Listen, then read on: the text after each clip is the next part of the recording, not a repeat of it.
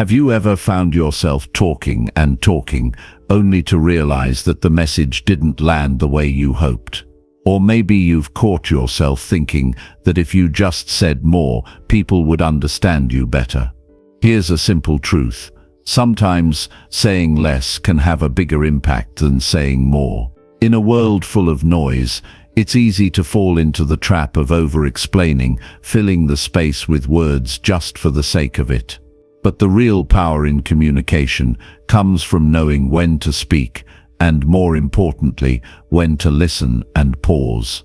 Imagine being able to convey your thoughts in a way that cuts through all the distractions, allowing your words to hold more weight and meaning. In this video, we're going to explore how you can learn to speak with impact and purpose. It's not about saying less just for the sake of it, but about saying what matters in the most effective way possible. This is a skill that can transform your personal and professional life, from your relationships to your career. By the end, you'll understand why fewer words, when chosen wisely, can actually help you connect more deeply, make your points clearer, and truly get your message across. Stay with me as we dive into the beauty of saying less and discover how you can become a more powerful communicator, one word at a time. Chapter 1.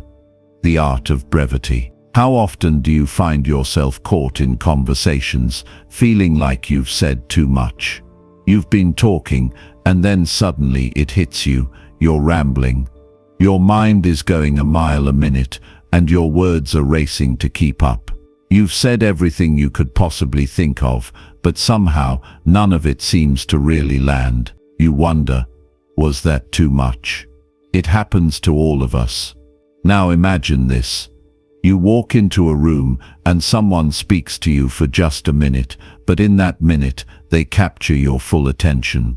They don't ramble, they don't waste words. And when they're done, you find yourself still thinking about what they said. That person didn't just communicate, they connected. They didn't use 1,000 words to express their point, they used just the right ones. That, my friend, is the power of brevity. Brevity is not about saying as little as possible or rushing through your words. It's about choosing the right words and cutting out everything else that doesn't add to the message you want to get across. It's about knowing that every word you speak has weight. The beauty of brevity is not just in speaking less, it's in saying more with less. You get to the heart of the message faster and more clearly. And when you do that, people will listen. They'll remember. You've probably noticed that in today's world, we're constantly bombarded with information. Everywhere we look, there's more to take in: social media, emails, meetings, phone calls. It feels like there's always something happening around us. With all this noise, it's easy to get lost in the shuffle. But when you communicate with brevity, when you strip away the excess, you stand out. You're not just another voice in the crowd, you're the one who gets heard. It's not a modern thing though. Brevity has always been a tool of effective communication. Look at some of history's most powerful speeches. Many of them are strikingly short, yet they carry massive weight. Think about Abraham Lincoln's Gettysburg Address. Just 272 words, but in those words, Lincoln encapsulated everything about the American struggle for freedom, equality, and democracy. He didn't need to say much. He said exactly what needed to be said, and it's still remembered more than a century later. His ability to condense such monumental ideas into a short speech is a perfect example of brevity's power. And then there's Winston Churchill, who during World War II delivered a line so simple, yet so impactful: never was so much owed by so many to so few. In just 9 words, he captured the sacrifice, courage and commitment of the Royal Air Force in their battle against the German Luftwaffe. Those 9 words didn't just convey information, they inspired a nation. They made people feel something deep inside. That's what brevity can do. It can turn simple words into something unforgettable. Then we have Ernest Hemingway, whose writing is famous for its conciseness. One of his best-known pieces, a 6-word story, goes like this: "For sale baby shoes, never worn." 6 words, and yet they evoke such emotion, such a story, that you can't help but think about it. It's a haunting example of how much you can say with so little. Hemingway didn't need to write a full novel to make you feel something. He showed us that when you choose your words wisely, you don't need to say everything to make your point. There's a misconception that brevity is about cutting things short. But it's not about shortening your message, it's about making sure that every word you say adds value. You've probably been in conversations where someone talks for what feels like hours, only to leave you wondering what the point was. And on the flip side, you've probably had conversations where someone said just a few words, and it stuck with you. It made you stop and think. That's the beauty of brevity. When you speak briefly, you force yourself to be clear. You don't have the luxury of filling the space with extra words. Instead, you focus on getting your message across in the most efficient, direct way possible. And when you do that, people can't help but listen. They feel like you're respecting their time, and that creates a connection. You're not asking for their attention, you've already earned it by making every word count. The thing about brevity is that it's not just about cutting down on words, it's about cutting down on the fluff, the filler words that creep into our language. You know, the ones, like you know, basically. These words don't add any value, they're just noise. And the more we use them, the less confident we sound. Instead of filling the silence with empty words, we need to embrace the power of a pause. Silence isn't awkward, it's a tool. When you pause, you give yourself a moment to gather your thoughts and make sure what you say next is meaningful. But it's not just about speech, it's about writing too. When you're writing, it's easy to get caught up in trying to say everything. But when you learn to edit ruthlessly, to cut out the unnecessary, your writing becomes sharper. You get rid of the fluff and leave only the essential. And when your writing is clear and concise, people pay attention. They read every word because they know that each one matters. Imagine if every conversation you had, every email you wrote, every meeting you attended was filled only with what was essential. No more rambling, no more waiting for the other person to stop talking so you could finally get your point across. Just clear, focused communication. Think about how much more effective you would be in every area of your life. This skill isn't just useful for work or public speaking. It can transform your personal relationships too. The beauty of brevity is that it shows respect, not just for the other person's time, but for their attention. When you communicate in a way that's direct and meaningful, you show that you value the other person's time and perspective. And that's how strong, healthy relationships are built, on mutual respect and understanding. But here's the kicker: learning to say less isn't always easy. We all have that voice inside that tells us we need to fill the silence, or that we need to explain ourselves more, or that we have to be perfect. That fear of not saying enough or not being understood can hold us back. But here's the truth: when you embrace the art of brevity, you give yourself permission to speak with purpose. You don't have to say everything, you just have to say what matters. The more you practice this art, the more it will become second nature. Start small. In your next conversation, try summarizing your thoughts in one sentence before you speak. Challenge yourself to say something meaningful in fewer words. And over time, you'll find that you're not just speaking less, you're speaking more effectively. You'll be able to connect with people in ways you never thought possible. You'll have more confidence, and your message will stick with others long after you've finished speaking. In the end, Brevity is a skill that can change everything. It's not about limiting yourself, it's about learning to communicate with intention. When you do that, you'll find that your words have power, your relationships are stronger, and your life becomes more focused. And isn't that what we all want? To make a bigger impact with the words we say. To be heard, to be remembered. The art of brevity is the key that unlocks that power. Chapter 2. The nature of effective communication. When we think about communication, we often picture it as simply exchanging information, a back and forth where you talk and the other person listens. But if communication were that simple, we wouldn't have so many misunderstandings, miscommunications, and conflicts. It's not just about talking, it's about connecting. Real communication goes beyond the words we speak and taps into how we express ourselves, how we listen, and how we make others feel in the process. Effective communication is more than just sharing information.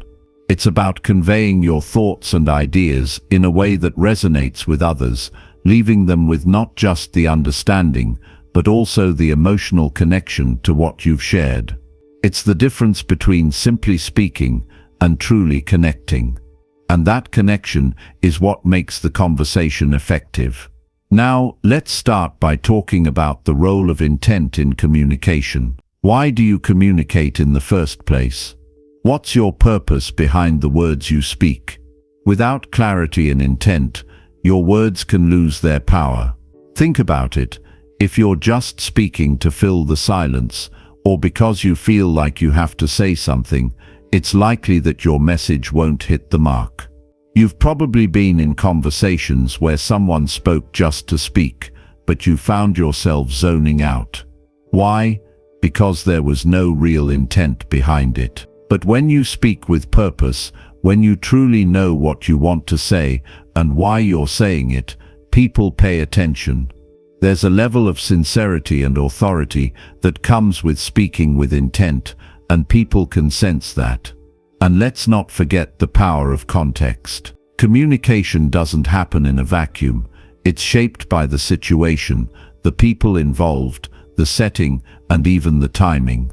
You could have the most brilliant idea in the world, but if you deliver it at the wrong time or in the wrong environment, it might not have the desired effect. Context is like the frame that shapes the picture of your message. It guides how your words will be received, how they'll land. It's not just about what you say, but how and when you say it. If you don't understand the context of your conversation, you could miss the mark completely. Have you ever been in a conversation where the timing was off, where the message you wanted to get across just didn't seem to resonate? It's often because the context wasn't right. But what about the impact of concise communication?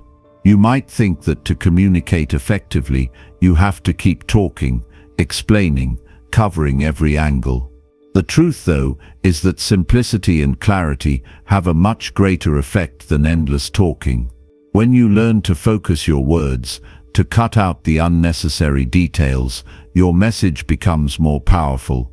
People won't tune you out because there's no fluff, no rambling.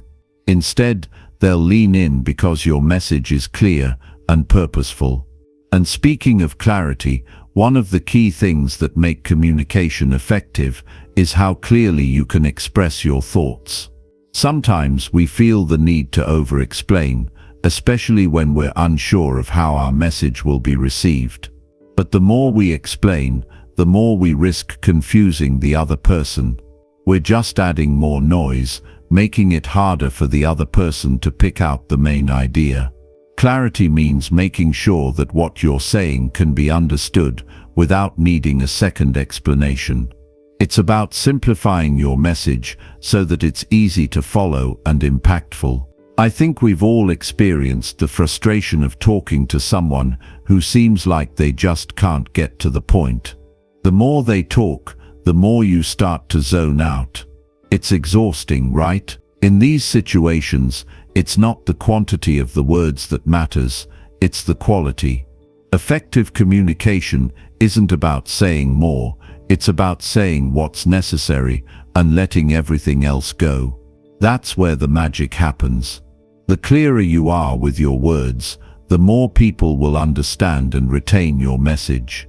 And when people understand you, they trust you more. Here's the thing, effective communication isn't just about how well you speak, it's about how well you listen. Have you ever noticed how much more you connect with someone when they're really listening to you? They're not just waiting for their turn to talk, they're actively engaged, absorbing what you're saying, asking thoughtful questions, and responding in a way that makes you feel heard. That's the kind of listener you need to be if you want to communicate effectively. Listening isn't just about hearing the words, it's about understanding the emotion behind them, the intention behind them, and the context. A lot of times we talk over each other because we're more focused on what we're going to say next, rather than truly listening to the person in front of us. But when you listen with intention, when you truly take in what the other person is saying, it makes the conversation much more meaningful. Effective communication is a two-way street. It's not just about speaking clearly, but also about absorbing what others are saying and responding thoughtfully. This is where many conversations fall apart, when we get so caught up in making our point that we forget to hear the other person. The next time you're in a conversation, try to be present in the moment. Focus on what the other person is saying, not just on how you'll respond. It might feel uncomfortable at first, but the more you practice active listening, the more natural it will become, and the more powerful your conversations will be. Now let's talk about the psychological impact of communication. When we communicate effectively, it does more than just convey information, it affects how people feel. Think about how you felt when someone speaks to you with clarity and intention. It makes you feel valued, right? You don't feel like you're just another person on the other end of the conversation. You feel like the person is speaking directly to you, respecting your time and attention. Effective communication fosters trust, connection and respect. It makes people feel heard and understood, and that's the foundation of any successful relationship, whether personal or professional. On the flip side, when communication is unclear, people can feel frustrated, disconnected, or even dismissed. When we ramble or fail to listen, it can create a barrier between us and the people we're trying to connect with. And that's why clarity and active listening are so critical. They break down that barrier and create a genuine connection. Effective communication is also about being mindful of how your message is being received. It's one thing to say something, but it's another to make sure it's being understood the way you intended. That's where feedback comes into play. A lot of times we're so focused on getting our message across that we forget to check if the other person is actually hearing us. But the more we pay attention to their reactions, both verbal and non-verbal, the more we can adjust and fine-tune our message to make sure it resonates. When you communicate with purpose, clarity and intention, you create an environment where people feel comfortable sharing their thoughts and ideas. That's how trust is built. That's how relationships grow. And that's how you become a truly effective communicator, by understanding that communication isn't just about talking, it's about connecting on a deeper level. At the end of the day, effective communication is about creating a space where ideas, feelings and thoughts can flow freely between you and the people around you. It's about being clear, being intentional, and just as importantly, being present. When you master these elements, you'll find that every conversation you have, whether personal or professional, becomes an opportunity to make a lasting impact. And that's the true power of communication. Chapter 3: Clarity, the foundation of impactful speech. Clarity is the foundation of impactful communication. Without it, your message can become lost in a sea of confusion, and all the effort you put into crafting your words can fall flat. Think about times when you've tried to explain something important to someone, but found that no matter how hard you tried, they just weren't getting it. Frustrating, right? That's what happens when clarity is missing. But when your message is clear, when your words are sharp, focused, and easy to understand, the connection is immediate. People get it, they respond, and you feel heard, like your voice matters. When you communicate clearly, you not only make it easier for others to understand you, but you also make it easier for yourself to convey exactly what you want to say. The key to clarity is simplicity. That's the trick, simplifying your message so that it's easy to grasp, without oversimplifying it to the point where it loses its meaning. It's about stripping away the fluff, the unnecessary details, and getting straight to the heart of the matter. But simplicity doesn't mean dumbing things down. It means making your message accessible without compromising on the depth of what you're trying to convey. It's like when you're explaining a complicated concept to a friend. If you overwhelm them with jargon or go off on tangents, they're going to get lost. But if you take the time to break it down in a way that makes sense to them, using words they can understand, suddenly everything clicks. That's clarity at work. It's about knowing your audience, understanding their level of knowledge, and then speaking to them in a way that resonates. The beauty of clarity is that it doesn't require you to talk more. In fact, the more you simplify and focus your message, the more powerful it becomes. Think about the most memorable speeches in history. Martin Luther King Jr., "I Have a Dream" speech is a great example. It wasn't long or filled with unnecessary words. It was clear, straightforward, and passionate. He didn't need to say much to make a lasting impact. And that's the power of clarity.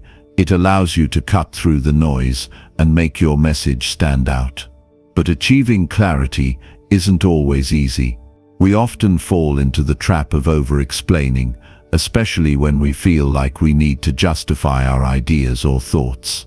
We think that if we just keep talking, we'll eventually get to the point. But the truth is, the more we explain, the more we risk diluting our message. You've probably been in conversations where someone just couldn't stop talking, trying to make their point clear, but it ended up being more confusing. That's what over-explaining does. It creates unnecessary noise that distracts from the core message. So how do you avoid falling into that trap? The first step is to focus on the main point. Ask yourself, what is the most important thing I want the other person to take away from this conversation? What's the key message I'm trying to communicate? Once you know that, everything else becomes secondary. You don't need to add unnecessary details or explanations. Just say what needs to be said and stop. Don't overdo it. The more concise you are, the clearer your message will be. Another common pitfall in communication is jargon. We've all heard it, those words or phrases that sound impressive but don't really add anything of value to the conversation. Jargon can be a barrier to clarity, especially when you're talking to someone who isn't familiar with the terms you're using. It's easy to fall into the trap of using technical language or industry-specific terms, thinking that it makes us sound more knowledgeable. But in reality, it often just confuses the other person. If you want to be clear, avoid jargon as much as possible. Use simple, everyday language that anyone can understand. Don't assume your audience knows the lingo. Make it easy for them to follow. Over-explaining and jargon aren't the only things that can muddy your message. Ambiguity is another major hurdle to clarity. When you speak in vague or unclear terms, it leaves room for misunderstanding. If you've ever been in a conversation where you weren't sure if the other person was agreeing with you or just nodding to be polite, you know how frustrating that can be. Ambiguity creates confusion and makes it harder for people to connect with what you're saying. To avoid this, be specific in your language. Don't leave things open to interpretation. The clearer you are, the less room there is for misunderstanding. The power of clarity isn't just in the words you choose, it's also in how you organize your thoughts before you speak.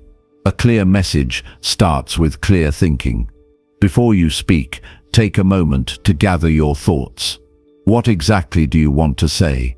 How can you break it down in the simplest way possible? Organizing your thoughts ahead of time helps you stay focused and avoid rambling.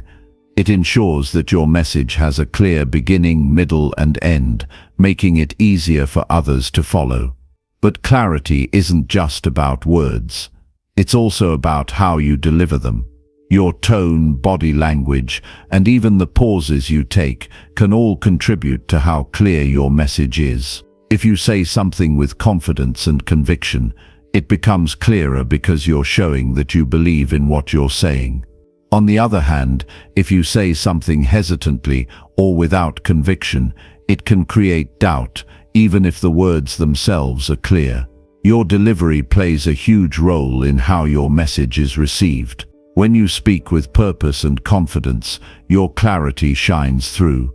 Sometimes, people shy away from being clear because they worry about being too direct or too blunt. But there's a difference between being clear and being rude. You don't need to soften your message unnecessarily or dance around the truth to spare someone's feelings. Being clear doesn't mean being harsh. It means being honest and straightforward while still being respectful. People appreciate clarity even when the message isn't what they want to hear. The key is to be direct without being disrespectful, to communicate your point without sugarcoating it, but also without being insensitive. In relationships, whether personal or professional, clarity is one of the most important elements of communication. When you're clear, you build trust because people know exactly where you stand. There's no guessing, no second guessing, no wondering what you really mean. And when trust is built, the connection between you and the other person deepens. Clarity brings people together because it removes barriers and fosters understanding. It's the foundation of strong, meaningful relationships. There's also a sense of freedom that comes with clarity.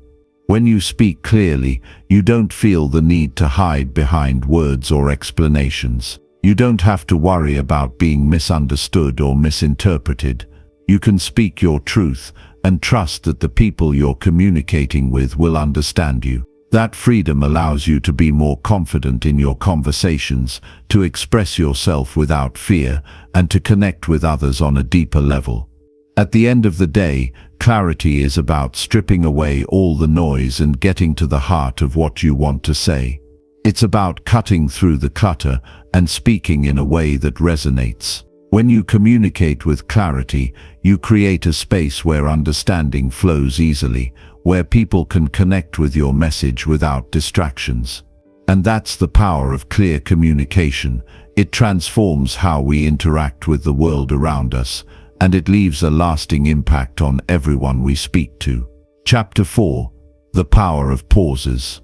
We often overlook the power of silence. In conversations, meetings, presentations, and even personal exchanges, we tend to fill every moment with words. We think that silence makes us uncomfortable or might even make us appear unsure. But in reality, silence is one of the most powerful tools we have in communication. It's not just the absence of sound, it's an intentional pause that gives both you and your audience space to reflect, absorb, and process. Think about the last time you were in a conversation where someone paused before responding. It might have felt like a slight moment of discomfort, but did you also notice how it made their words more deliberate and impactful when they did speak? That pause had weight, didn't it? It allowed them to gather their thoughts, to make sure they were saying exactly what needed to be said. It made you listen more attentively. Silence does that. It demands attention, it gives people room to think, and it makes what follows that much more powerful. The beauty of a well-timed pause is that it works on so many levels. First, it shows that you are in control of the conversation. When you pause, you're not rushing to fill the space. You're taking your time, And that confidence, yes, confidence, becomes evident. The message you're delivering doesn't just rely on words, it relies on how you make others feel when they hear those words. And when you're deliberate about using silence, you increase the chances that what you say next will be received with more attention and impact. Pauses are incredibly effective in conversations because they allow both parties to truly listen. When you speak without giving the other person a chance to respond or reflect, it can feel like you're speaking at them, not with them. But when you create space for pauses, the other person is encouraged to share their thoughts, ask questions, or offer their own perspective. Communication then becomes a two-way street, rather than a one-way monologue. The impact of silence doesn't stop there. It can also enhance your ability to listen actively. How often do we listen just enough to respond, rather than listen to truly understand? We're often so focused on what we're going to say next, that we don't give ourselves time to really take in what the other person is saying. When you embrace pauses in conversation, you allow yourself time to truly hear the other person, to consider their words carefully before responding. This not only improves your communication, but also builds deeper connections.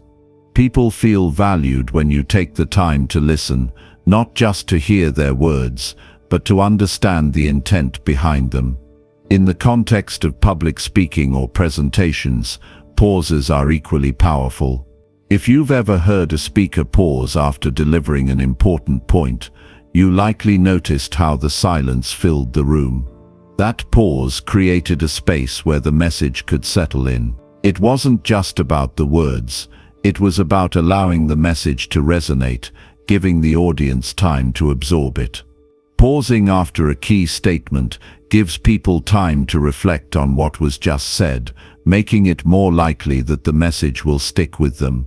One of the most effective uses of silence is in moments of emotion. When we speak about something important or deeply personal, we can often find ourselves struggling to articulate the depth of our feelings.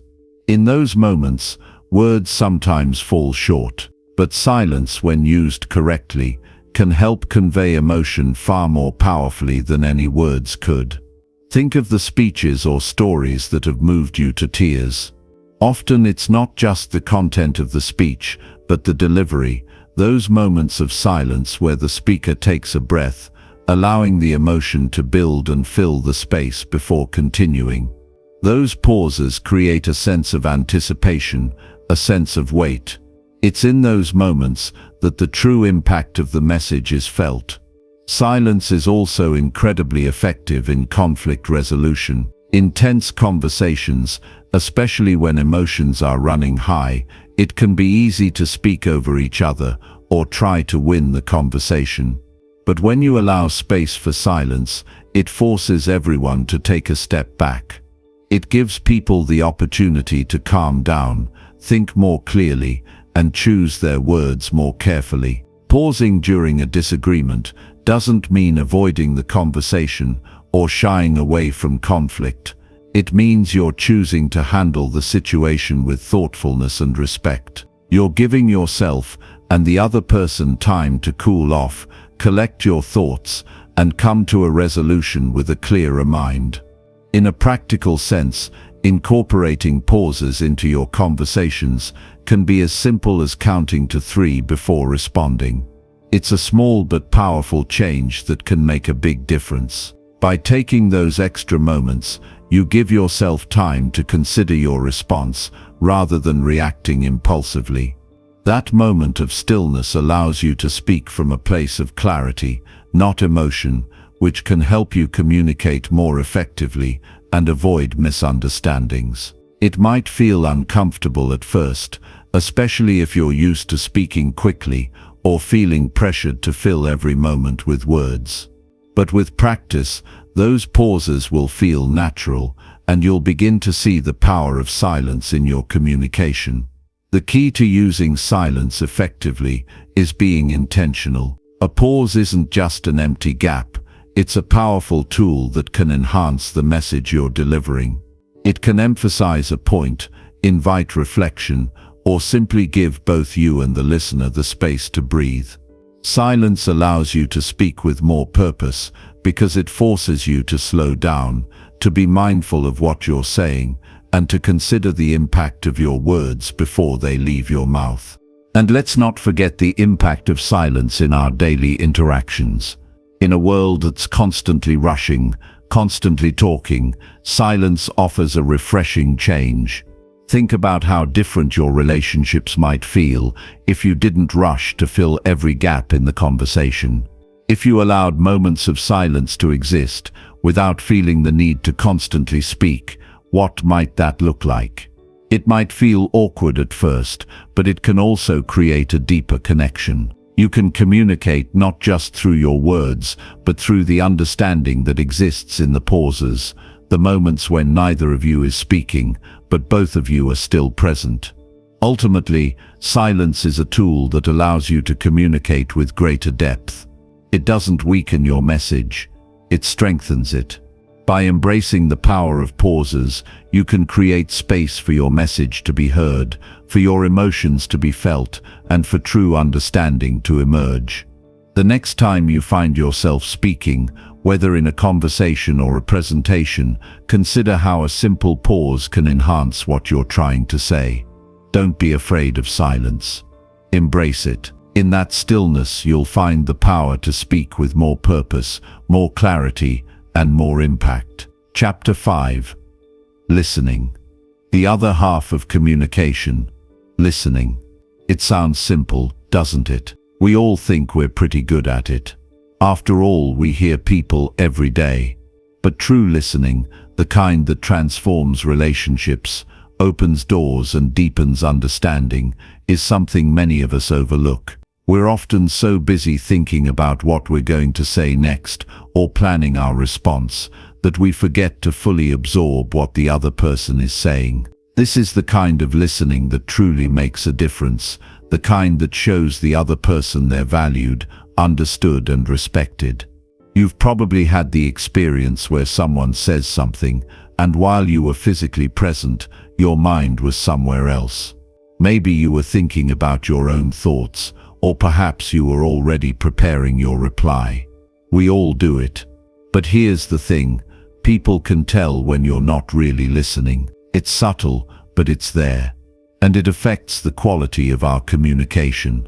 The best communicators, the ones who make a lasting impact, are the ones who listen actively. They don't just hear words, they listen to the emotion behind them, the intent and the nuances that often go unsaid. Active listening is a skill. It's not something you can just do instinctively. It takes practice and intention. But when you master it, your ability to connect with others, to understand their needs, and to communicate more effectively will soar. You'll find that people open up to you more easily. They feel heard. And when people feel heard, they trust you more.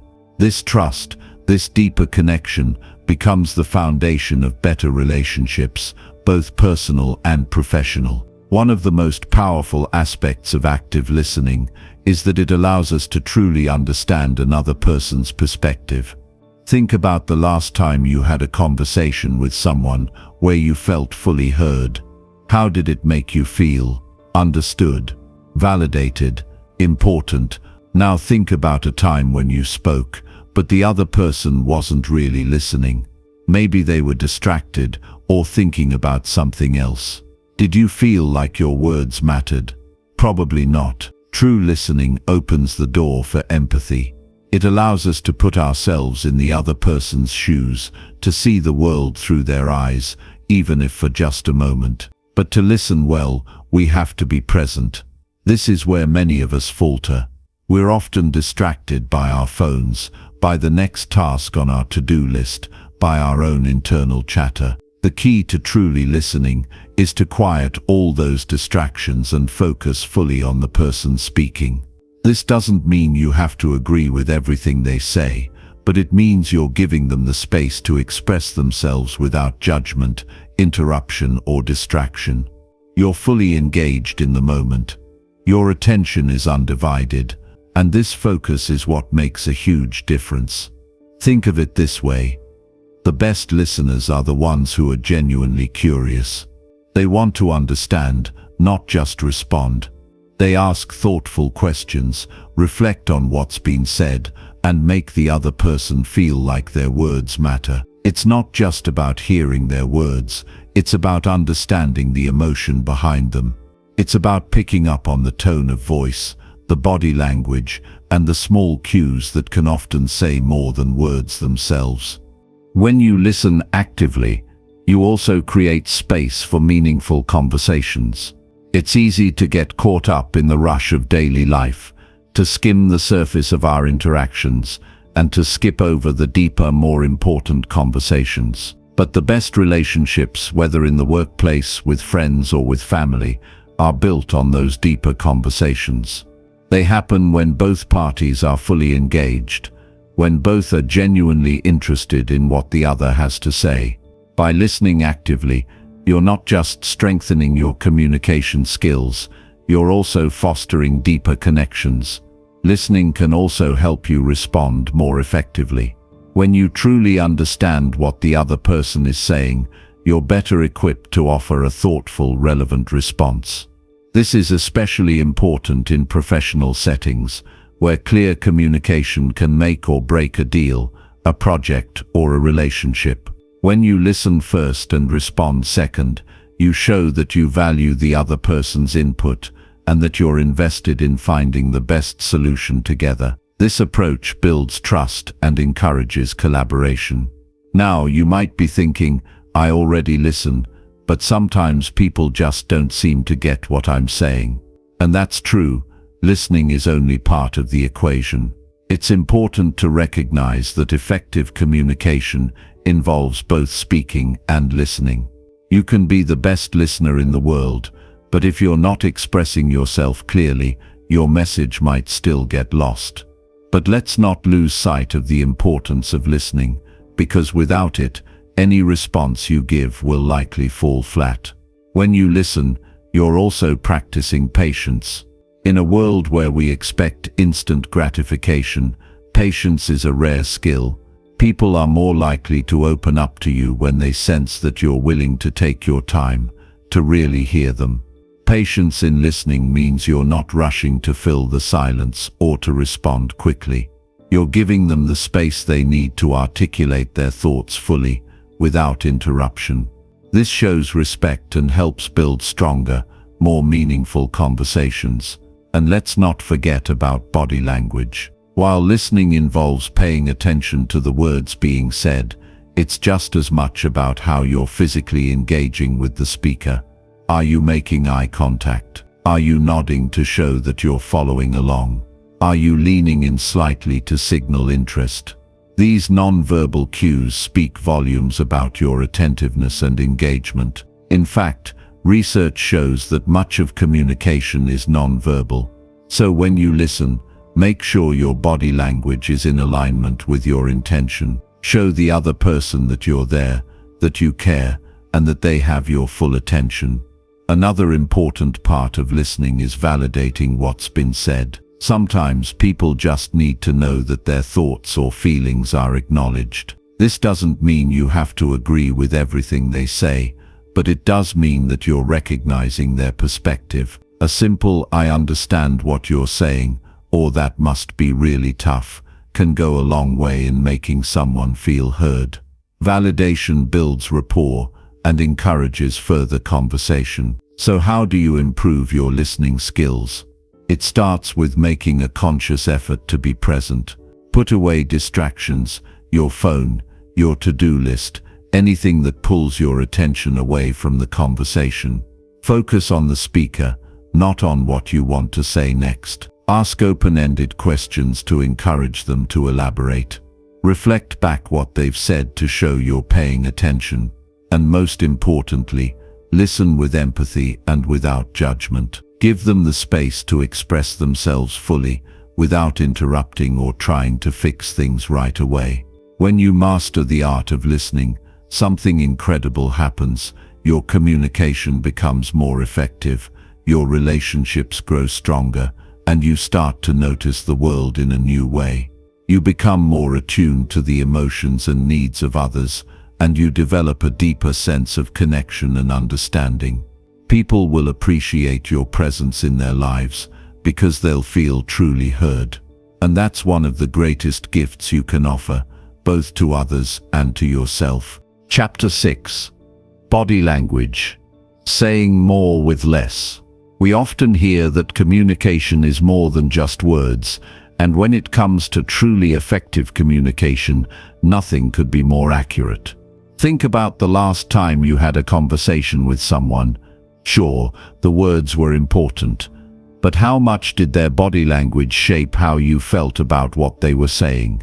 How much did their posture, their eye contact, or even their gestures influence the message they were trying to convey? More than we might realize, body language plays a huge role in how we communicate and how our messages are received. When we speak, our words are only part of the story. Our body language, how we stand, how we move, the expressions on our faces, the gestures we make, tells the other person a lot about how we feel, what we're thinking, and how confident we are in what we're saying.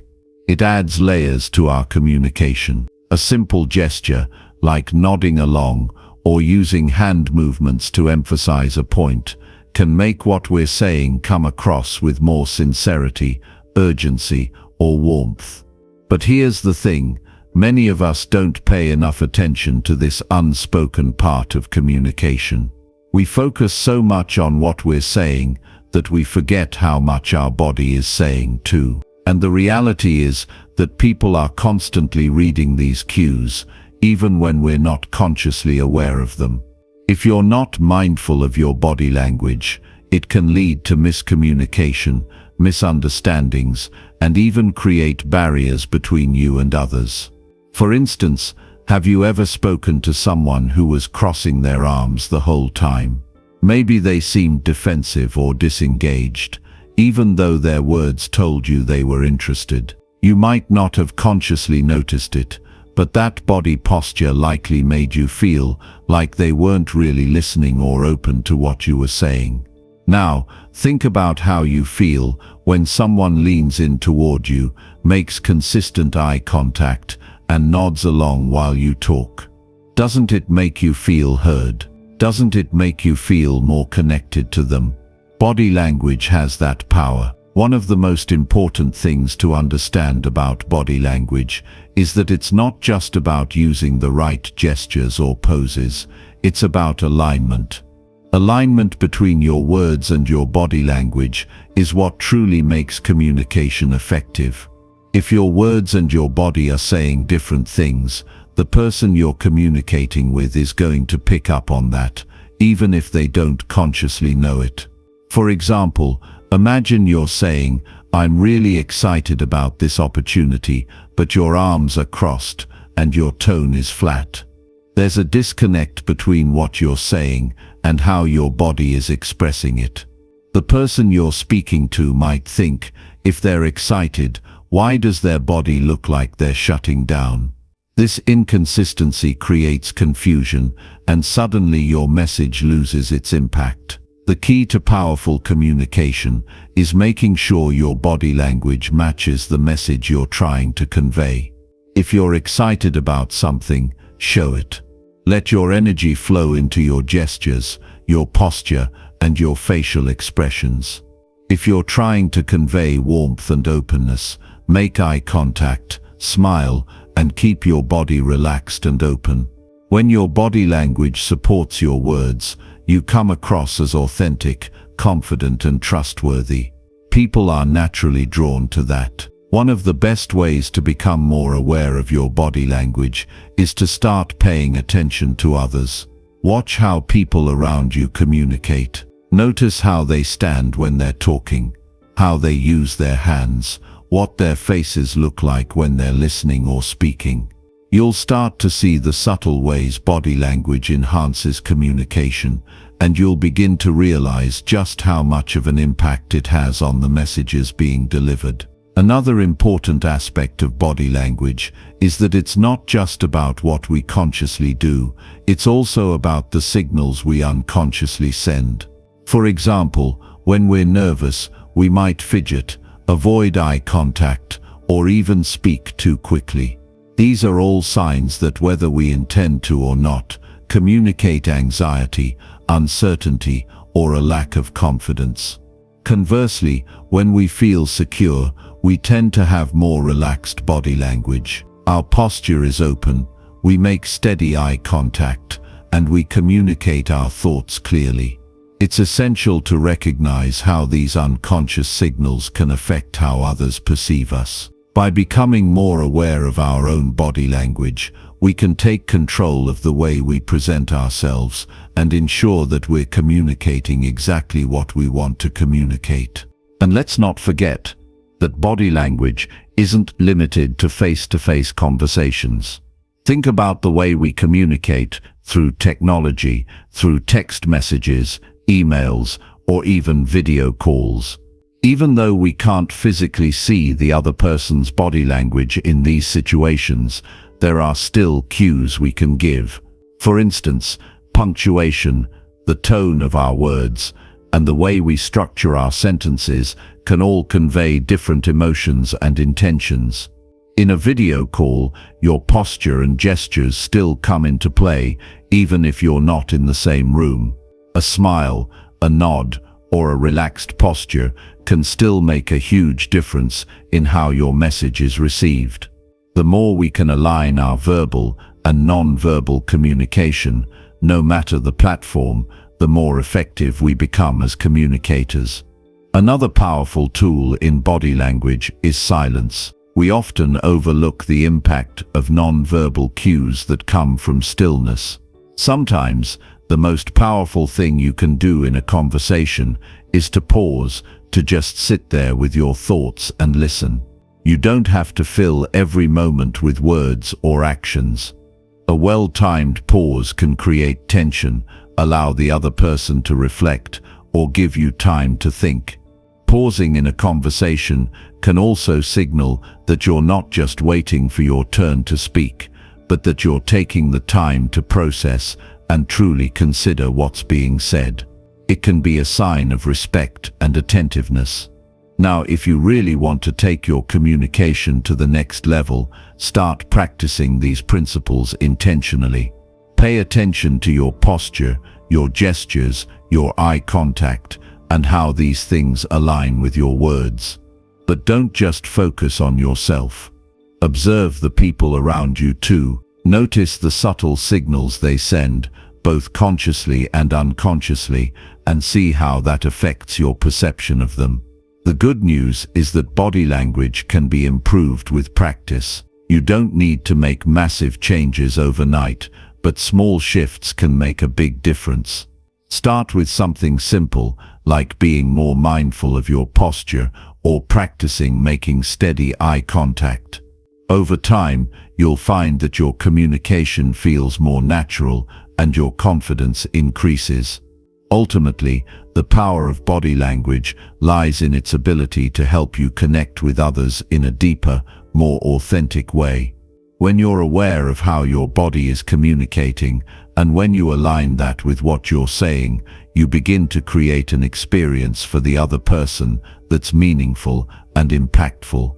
People will feel your sincerity, your confidence, and your willingness to connect. And that's a message that will last long after the conversation ends. Chapter 7. Structuring your message for impact. When you step into a conversation or a meeting, you might think about what you want to say, but how often do you stop to think about how you want to structure it? How often do you pause to consider not just the words, but the way you'll arrange them, the way you'll present your ideas to make sure they land with impact? The structure of your message is more important than you might realize. It's the foundation that holds everything together. Without it, even the best ideas can get lost, or worse, misunderstood. When we communicate, whether in a personal or professional setting, it's so easy to get caught up in the flood of thoughts running through our minds. We often try to say everything at once, too much detail, too many ideas, and before we know it, we're overwhelmed with the amount of information we've just thrown at the other person. This can create confusion, frustration, and a lack of clarity. It's like trying to navigate a maze without a map. You might eventually find your way, but it's going to take longer, and you'll probably get lost along the way. So what's the solution? The answer lies in how you organize your thoughts before you speak. Structuring your message is one of the simplest yet most effective ways to make sure your communication is clear, compelling, and memorable. When you structure your message thoughtfully, you make it easier for your audience to follow, engage with, and remember your words. You show respect for their time and attention, and you set yourself up for success in a way that makes you more confident in the process. Now, let's talk about the core principle of structuring a message: simplicity. This is not about dumbing down what you're saying, but rather about organizing it in a way that allows the listener to grasp your point with ease. You want to make sure that your audience can follow your line of thinking without feeling like they're trying to catch up or piece together a jigsaw puzzle. One effective method to do this is something called the pyramid principle. It's a strategy for organizing your thoughts by leading with the main idea and then breaking it down into supporting details. Think of it like the structure of a well-written essay. You start with the most important information, and then everything else builds on that. This way, your audience can immediately understand the core of your message and then get the supporting details as needed. It's direct, efficient, and powerful. For example, if you're in a meeting and you're asked to provide an update on a project, instead of rambling on about every single task and minute detail, start with the main takeaway: we're on track to meet our deadline. That's the headline. It's the essential point you want your audience to remember. Once that's established, you can follow up with supporting details. We've completed the first phase of the project, and the next phase is on schedule. This way, even if someone tunes in halfway through, they immediately understand the key point and can then decide if they want to dive deeper into the details. This method is effective because it respects the listener's time and attention. In today's fast-paced world, people are more likely to absorb information if it's presented succinctly and logically. When you organize your thoughts in a structured way, it allows the listener to easily connect the dots, and they're more likely to remember your message later on. Another strategy you can use is the 3 points rule. We tend to remember things better when they come in threes. This is why many speakers, leaders, and writers stick to 3 key points when delivering a message. There's something about the number 3 that feels complete and easy to digest. It's simple and powerful. When you're crafting your message, try to limit it to 3 core points. This helps you avoid overwhelming your listener with too much information and keeps the message focused. Let's say you're giving a presentation at work and you want to outline the benefits of a new initiative. Instead of listing off a dozen reasons why it's a good idea, narrow it down to 3 key benefits. You might say, this new initiative will help us improve efficiency, increase customer satisfaction, and reduce costs. You've made your message clear and concise, and the listener can walk away remembering those 3 essential benefits without getting lost in the weeds. But structuring your message isn't just about cutting down on the amount of information. It's also about making sure that information flows logically. Think about the way you tell a story. Every good story has a beginning, middle, and end, right?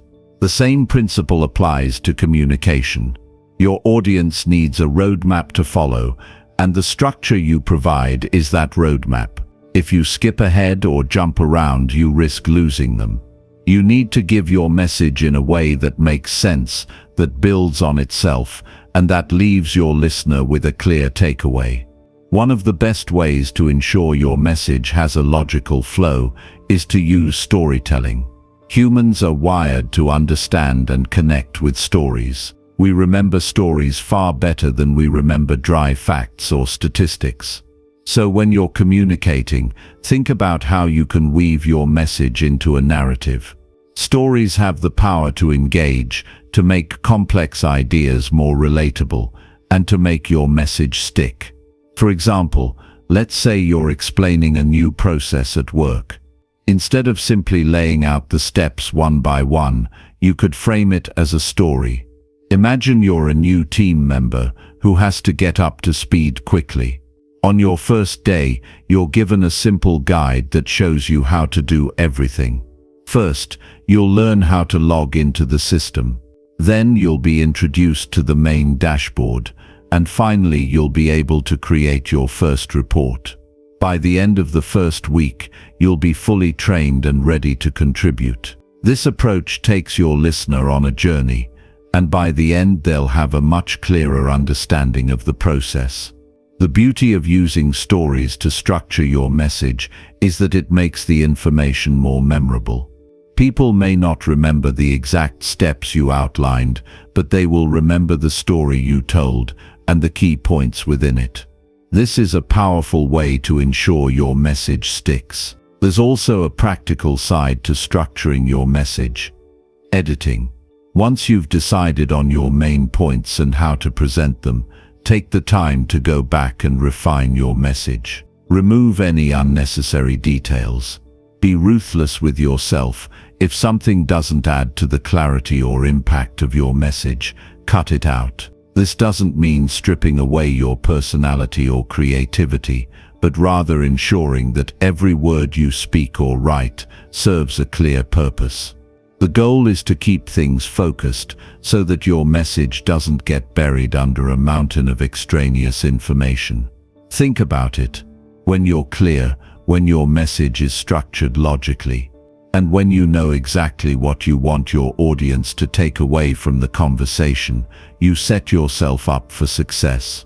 You make it easier for others to engage with your message, to understand your point of view, and to walk away feeling like they've learned something valuable. Remember, structuring your message isn't about overthinking it or making it more complicated than it needs to be.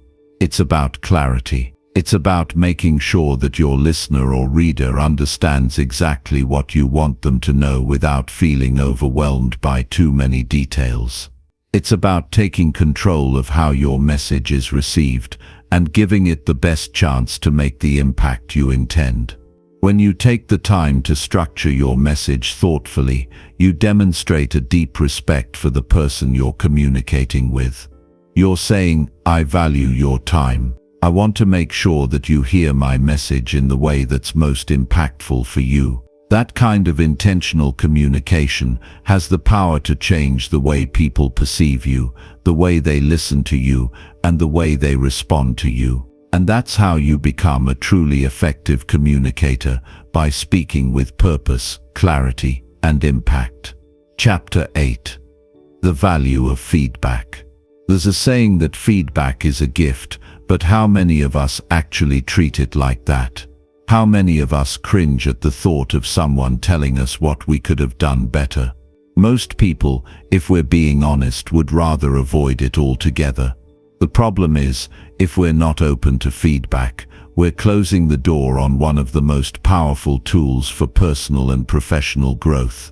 It's easy to look at feedback as criticism, but that's not what it is at all.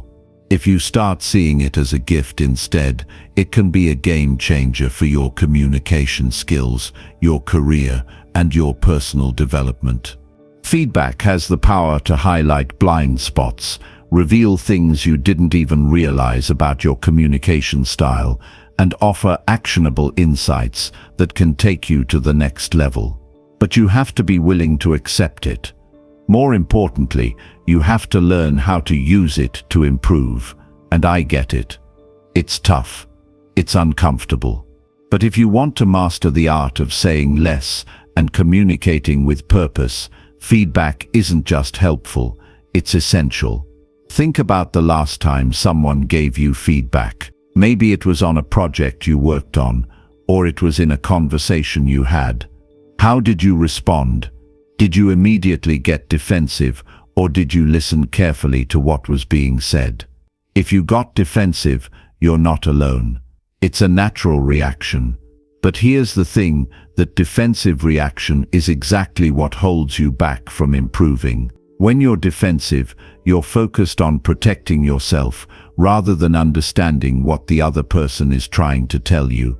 And when you do that, you miss out on the opportunity to grow. But what if, instead of reacting defensively, you approached feedback with curiosity?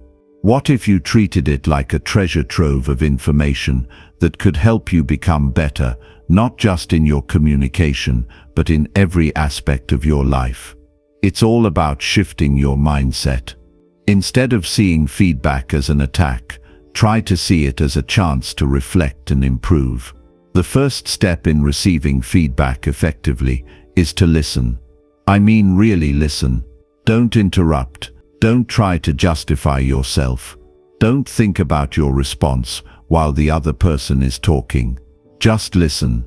This might sound simple, but it's harder than you think. Our brains are wired to react, to think about how we're going to respond, but the best communicators know that listening is the foundation of everything else. And listening doesn't just mean hearing words, it means understanding the message behind those words, absorbing the emotions, and recognizing the intention behind the feedback. When you listen with intent, you can absorb the full weight of the feedback. You can begin to see things from the other person's perspective, which is crucial for personal growth. If someone tells you that you tend to ramble in conversations, for example, instead of brushing it off, really ask yourself if that's true. Do you talk too much without realizing it? Have you noticed people tuning out when you speak? These are the kinds of insights you can get when you take the time to listen and reflect. And it's not just about listening, it's also about seeking out feedback. Too often, we wait for feedback to come to us, assuming that if something's wrong, someone will tell us. But here's the thing, not everyone is going to offer feedback, especially if you don't ask for it. People don't always feel comfortable giving it, or they might assume you don't want it. But if you want to grow, if you want to improve, you have to be proactive about asking for feedback. Whether it's from a colleague, a mentor, or even a friend, asking for feedback shows that you're committed to improvement. It shows that you care about becoming better at what you do, and it opens the door for others to help you get there. When you ask for feedback, be specific about what you want to hear. Instead of asking, "How did I do?" ask something like, "What can I do to improve my communication in meetings?" Or, "Do you think I'm getting my point across effectively?" This gives the other person clear direction and makes it easier for them to give you actionable advice. People are more likely to give useful feedback when they know exactly what you're looking for. And when you receive that feedback, remember to be grateful, not defensive. Even if the feedback stings, it's valuable. It's an opportunity for you to improve, and you can't take that for granted. Once you've received feedback, it's time to take action. This is where a lot of people fall short. They hear the feedback, they nod, and then they forget about it. Or worse, they get defensive and do nothing with it. The real magic happens when you take the feedback and use it to make a change. If someone tells you that you talk too fast in meetings, make a conscious effort to slow down next time. If they mention that you don't always clarify your points, practice being clearer and more concise in future conversations. It might take time, but the more you consciously apply the feedback, the more natural it will become. One of the most powerful ways to internalize feedback is to reflect on it. After you've had a conversation, take a moment to think about what you could have done differently. Did you interrupt too much? Did you ramble on without getting to the point? Write down your thoughts and think about what you could have changed. Then, in your next conversation, make a conscious effort to improve. This kind of self-reflection will accelerate your growth as a communicator and make feedback an even more powerful tool for change. Another aspect of feedback that's often overlooked is the feedback you give to others. Giving feedback isn't just about pointing out what someone else could improve. It's about helping them grow, just like you want to grow. When you offer feedback, make sure it's constructive.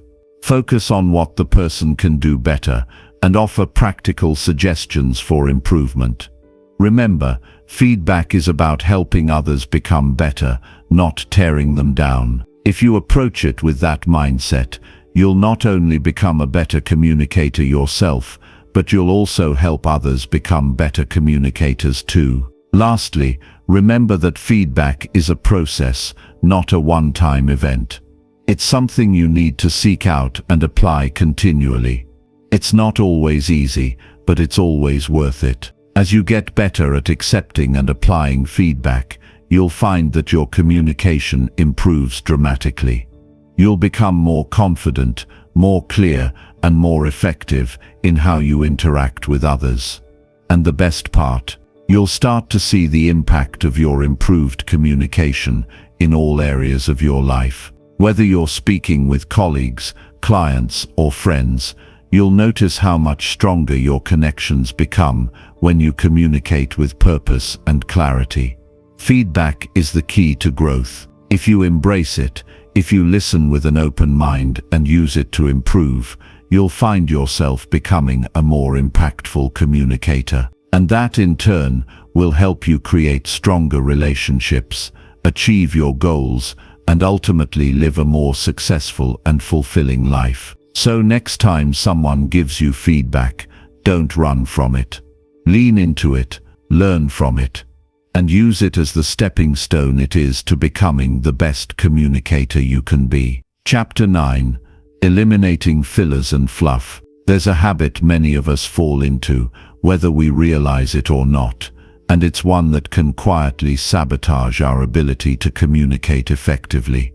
Using filler words. They're those little crutches we lean on when we don't have an answer ready, or when we're buying time to organize our thoughts. Words like basically, and actually slip into our conversations without us even thinking about it. It's almost as if they've become a default part of our speech. And while they may seem harmless, they actually undermine the clarity and impact of what we're trying to say. Imagine you're giving a presentation or having an important conversation. You want to get your point across, but every time you speak, your message gets bogged down with unnecessary fillers. The audience, whether consciously or subconsciously, starts to focus more on your speech patterns than on the substance of what you're saying. They might even start to wonder if you know what you're talking about, just because you're relying on words that signal uncertainty. The first step in eliminating fillers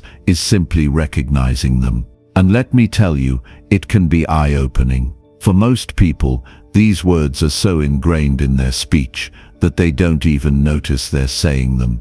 It's only when you actively listen to yourself or get feedback from someone else that you start to realize how often they pop up. You might find yourself saying before almost every sentence or like every other word. It's embarrassing at first, but it's a necessary step to breaking the habit. Once you've noticed the fillers, the next step is to replace them with something else. That something else is silence. Now I know silence might sound intimidating, especially if you've spent your life filling pauses with unnecessary words. But trust me when I say that silence can be incredibly powerful. Think about the most impactful speakers you've heard. Chances are, they didn't rush through their words. They took their time, and when they paused, the silence created a sense of anticipation. It made the audience listen more closely, giving every word extra weight. You can do the same by simply pausing before you speak. When you replace a filler with a pause, you give yourself the space to think and to deliver your message more intentionally. It forces you to be more present and focused. Instead of relying on or like to fill the gap, you'll take a moment to gather your thoughts, and in doing so, your speech will become more deliberate and confident. And here's the thing, people will notice. They'll start paying more attention to what you say because your words will have substance. You'll sound more confident and composed, and you'll have their full attention rather than having them distracted by the crutches you've been relying on. But replacing fillers with silence isn't just about giving yourself time to think. It's also about changing your mindset around communication. You have to let go of the fear of silence. Many of us are uncomfortable with pauses because we associate them with awkwardness. We fear that if there's a gap in conversation, people will think we don't know what we're talking about or that we're nervous. But in reality, silence conveys thoughtfulness and control. It shows that you're not rushing to fill the space with empty words. You're thinking, and thinking deeply. Now, this doesn't mean you should freeze up and leave long, awkward silences. It means that instead of filling every pause with or like, you simply take a breath, collect your thoughts, and continue. The more you practice this, the more natural it will feel. And over time, you'll find that you're speaking with more purpose, and your messages will be clearer and more compelling. The key to eliminating fillers is consistency. Just like any habit, it takes time and practice to replace old patterns with new ones. So start small. In your daily conversations, pay attention to how often you use fillers. When you catch yourself, pause instead of reaching for that crutch. You can even do this in casual conversations with friends or family. These are low-pressure situations where you can practice without the fear of judgment. Another strategy is to record yourself. If you're preparing for a speech, a presentation, or an important conversation, record yourself practicing. Listening to your own voice will give you a clearer sense of how often you rely on fillers. It can be uncomfortable to hear your own voice, but it's a valuable learning tool. Once you identify the fillers, you can work to replace them with silence in your practice sessions. You'll be surprised at how much more natural your speech sounds once you've cut out the unnecessary words. And let's not forget the power of being intentional with your words. When you say less, but you say it with purpose, your communication becomes more impactful. Every word counts. Imagine if you took a moment to think carefully about each thing you said, whether you're responding to an email, having a conversation, or making a presentation. You'd eliminate the clutter, and your message would be stronger, sharper, and easier for others to understand. Your listeners won't have to sift through unnecessary words to find your point. They'll get your message right away. It's not just about eliminating fillers in speech. It's about becoming more intentional with every form of communication. In writing, for example, filler words are just as damaging. Phrases like, "at this point in time," "in my opinion," or "it's important to note," can cloud your message and make your writing feel bloated. When you write, aim for simplicity and directness. Eliminate anything that doesn't serve your purpose. It's not about writing less, it's about writing more effectively. The goal here is not to make you feel bad for using fillers. It's not about judging yourself for a habit we've all picked up. The goal is to show you how much more powerful your words can be once you strip away the unnecessary. When you speak with clarity and purpose, people will listen. They'll remember what you said, and they'll respect you more for the thoughtfulness and control you bring to your communication. You'll find that the more you eliminate fillers, the more confident you become in expressing yourself. And that confidence will spread into all areas of your life, from personal relationships to professional success. So give it a try. The next time you catch yourself using a filler word, pause, take a deep breath, gather your thoughts, and speak with intention. Over time, you'll notice a shift in the way you communicate. You'll feel more confident, your message will be clearer, and you'll start to see the difference it makes in your relationships, your career, and your overall success. You've got the power to communicate with purpose. It's time to say less, but say it with more impact. Chapter 10. Tailoring your message for your audience. When it comes to communication, one of the most powerful things you can do is understand your audience. You might think that the message you have is the most important part of any conversation, but if you aren't considering who you're speaking to, your words might fall flat. It's easy to get caught up in what you want to say, but the truth is, communication is about connecting. It's about understanding where the other person is coming from, what they care about, and how they prefer to hear things. Tailoring your message for your audience isn't just a strategy, it's a necessity if you want your communication to be truly impactful. Think about the last time you had a conversation with someone and realized halfway through that they weren't really understanding you.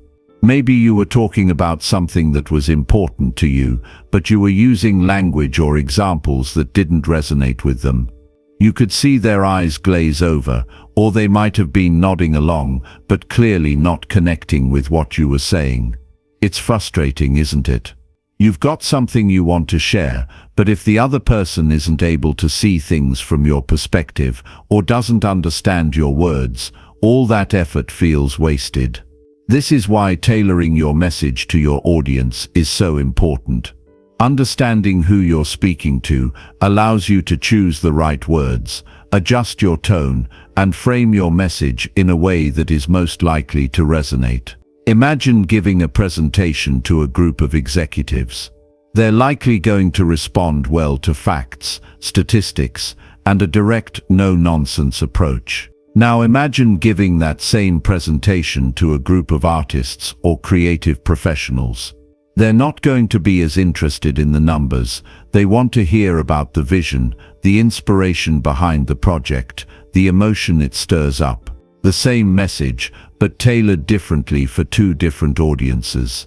It all starts with understanding your audience's needs, interests, and background. This doesn't mean you have to completely change who you are or what you believe in. It means being thoughtful about how you convey your message. When you can speak to someone in a way that speaks to their experience, you create a deeper connection. You're no longer just delivering a message, you're having a conversation. And that's where real influence and impact begin. Let's take a closer look at how you can start tailoring your message for different audiences. First and foremost, it's important to take the time to listen. Too often, we get so focused on delivering our own message that we forget to pay attention to the other person's needs. But the best communicators, whether they're leaders, teachers, or friends, are the ones who listen first. When you really listen to someone, you can gauge their level of understanding, their emotions, and their perspective. And from there, you can adjust your message to meet them where they are. Consider the difference between communicating with a close friend and communicating with a stranger. With a friend, you have a shared history, so your conversations may be more casual and assume a certain level of understanding. You don't need to explain everything from the ground up, because there's context there that you both share. But with a stranger, you don't have that shared understanding. You have to start from a different place. You have to be clear, concise, and considerate of what they might already know. It's about finding common ground and building from there. Now let's talk about context. A lot of the time, we focus so much on the message itself that we overlook the context in which we're delivering it. Context is everything. If you're delivering a message in a high-stress situation, for example, you need to be aware of the emotions involved and the urgency of the moment. If you're speaking at a celebratory event, your message needs to match the tone of the occasion. If you're having a difficult conversation with a colleague, the message you communicate might need to be more empathetic and gentle, while still being clear and direct. In each of these scenarios, the context shapes the way your message is received, so you need to adjust accordingly. The key to tailoring your message is not about changing who you are, but about adjusting the way you communicate so that your audience feels heard and understood. When you can do that, you'll see that your words will have a greater impact. You'll have a greater ability to persuade, to connect, and to make a real difference in the lives of those you communicate with. And let's not forget about the power of asking questions. Sometimes when we're communicating with someone, we feel the need to talk at them, to share everything we know, to prove that we've got the answers. But the most powerful way to connect with someone is by asking the right questions. By engaging them in a dialogue, you allow them to contribute to the conversation. You allow them to feel heard and valued. Asking questions not only shows that you're interested in their perspective, but it also gives you the opportunity to better understand their needs, which in turn allows you to tailor your message more effectively. Think about the difference between asking someone, "How do you feel about this?" and just telling them, "This is the way it is." The first approach invites them into the conversation, encourages them to think, and makes them feel like their opinion matters. The second approach closes down the conversation and puts you in a position of authority where you're simply dictating the terms. People want to feel like they have a voice. So by asking thoughtful questions and engaging them in the conversation, you give them the chance to share their thoughts and contribute to the message. This not only helps you tailor your communication more effectively, but it also deepens the connection. Another important aspect of tailoring your message is considering the emotions of your audience. Emotion plays a huge role in communication, but we often overlook it. We focus so much on the facts and figures that we forget to address the emotional side of the message. But when you can speak to someone's emotions, you create a much stronger connection. This is especially true in difficult conversations. If you're giving feedback to someone or addressing a sensitive issue, it's important to consider how your words will make them feel. Are you being empathetic? Are you acknowledging their feelings? The tone of your message can either build a bridge or create a wall.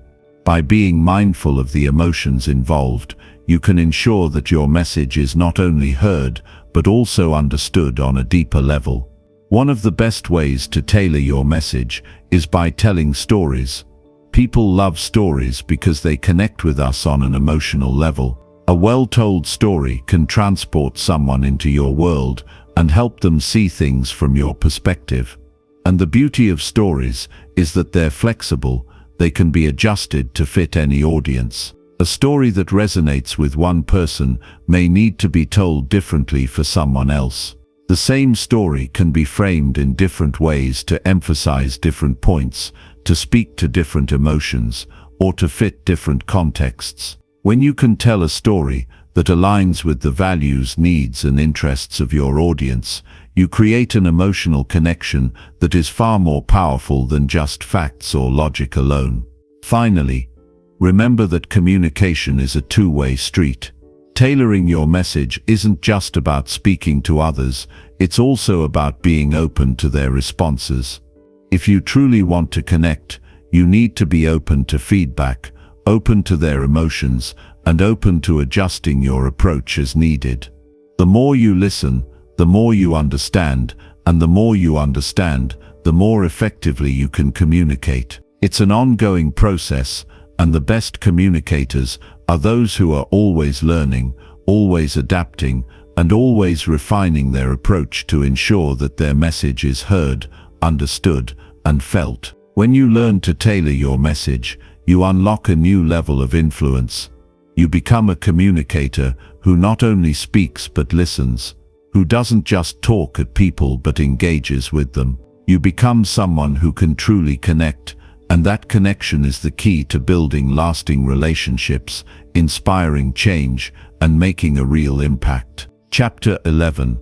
Overcoming the fear of speaking less. You know, life has a way of throwing us off course sometimes, doesn't it? 1 minute, we're cruising along, everything's in place, and the next, we hit a bump in the road. It could be anything: a a setback at work, a personal challenge, a relationship struggle. Life can feel unpredictable, and that unpredictability can leave us feeling uncertain about the future. But here's the thing that most people don't realize. It's not what happens to us that defines our future. It's how we choose to respond to it. That's the real power we hold, the power to decide how we react, how we move forward, and what we learn from those bumps in the road. Think about it. You've probably encountered difficult situations in your life, maybe even more than one. Maybe you've faced some challenges that left you feeling like you were stuck, unable to move forward. It's tempting to let those moments define you, to believe that because something didn't go as planned, that's the end of the road. But let's get real for a second. No one who has ever achieved something meaningful in their life has done so without facing difficulties. Success is not a straight line. It's full of twists, turns, and moments where we think we're going to lose our way. So, how do we stay on track when everything around us feels like it's falling apart? It starts with a shift in perspective. Most people look at challenges as obstacles, things that are in their way, holding them back. But what if we started looking at them as opportunities? What if instead of feeling defeated, we leaned into those challenges, embraced them, and used them as stepping stones? It's a hard mindset to adopt at first because it's much easier to feel frustrated or discouraged. But when we learn to see the lessons in every setback, we unlock the potential for growth and transformation. The truth is, those bumps in the road are often exactly what we need to get to the next level. They test our resilience, our patience, and our character. And here's the beautiful thing: the more we face, the stronger we become. When we move through those difficult moments and come out the other side, we are different. We're wiser, more capable, and more prepared for the next challenge that comes our way. But here's where it gets tricky. You see, in the middle of those difficult times, it's easy to forget that we have a choice. It's easy to fall into the trap of thinking we're victims of circumstance, that things are happening to us, and there's nothing we can do about it. But that's the lie we often tell ourselves. The truth is, we are not powerless in the face of adversity. We have the power to decide how we respond. We can choose to let setbacks break us, or we can choose to let them make us stronger. We can choose to quit, or we can choose to keep going, even when it feels hard. And I know it's not easy. There are times when it feels like giving up would be the easier option. But the reality is that when we give up, we miss out on the lessons that could propel us forward. The most successful people in life are the ones who keep going when others quit. They are the ones who refuse to let challenges define them. They understand that success is not about avoiding failure, but about learning how to get back up after it. Think about some of the most successful people you know, or maybe people you've heard about in the media. They didn't get to where they are because everything was easy for them. They didn't get to where they are because they never encountered problems. No, they got there because they faced their struggles head-on, learned from them, and refused to let them stop them. They chose to keep going, no matter how difficult things got. And that's the secret. They developed a mindset that said, "I will not be defeated." But how do you develop that mindset?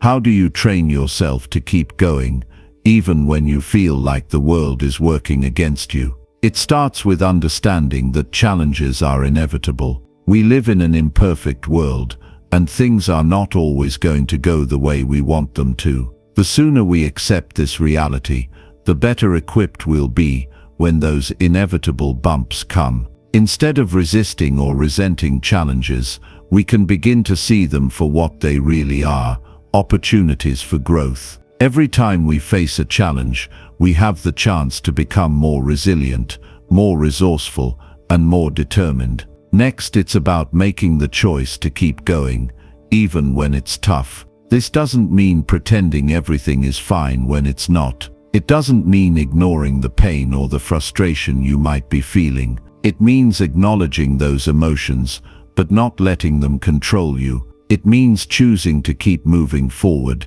even when it feels like progress is slow. There's a powerful quote that says, "You don't have to be great to start, but you have to start to be great." Sometimes all it takes is the decision to take one small step forward, even when you don't have all the answers, even when you're not sure how things will turn out. It's that willingness to keep going, even when you don't know exactly where the path leads, that creates real progress. It's also important to remember that setbacks are not permanent. You might be facing a tough time right now, but that doesn't mean you'll be stuck in that place forever. Time has a way of healing, and what feels impossible today might feel like a distant memory tomorrow. This is why it's so important to have patience with yourself and trust the process. Even when things feel difficult, know that you're building something valuable. The challenges you face today are shaping the person you will become tomorrow. Another crucial aspect of overcoming challenges is having the right support system in place. It's easy to try and go it alone, especially when we're feeling discouraged, but having people in your corner who can offer encouragement, guidance, or even just a listening ear can make all the difference. Whether it's friends, family, mentors, or colleagues, surrounding yourself with people who believe in you can help you stay motivated and remind you that you don't have to face everything alone. And let's not forget about the power of belief. Believing in yourself, even when the road ahead seems unclear, is a game changer. It's so easy to lose confidence when things aren't going well, but self-belief is what will carry you through. If you believe that you have the ability to overcome whatever comes your way, you're already halfway there. And if you don't believe in yourself yet, start practicing. Start by reminding yourself of past victories, no matter how small. Start by acknowledging your strengths, your talents, and your potential. The more you believe in yourself, the more your mindset will shift, and the more you'll be able to handle whatever challenges come your way.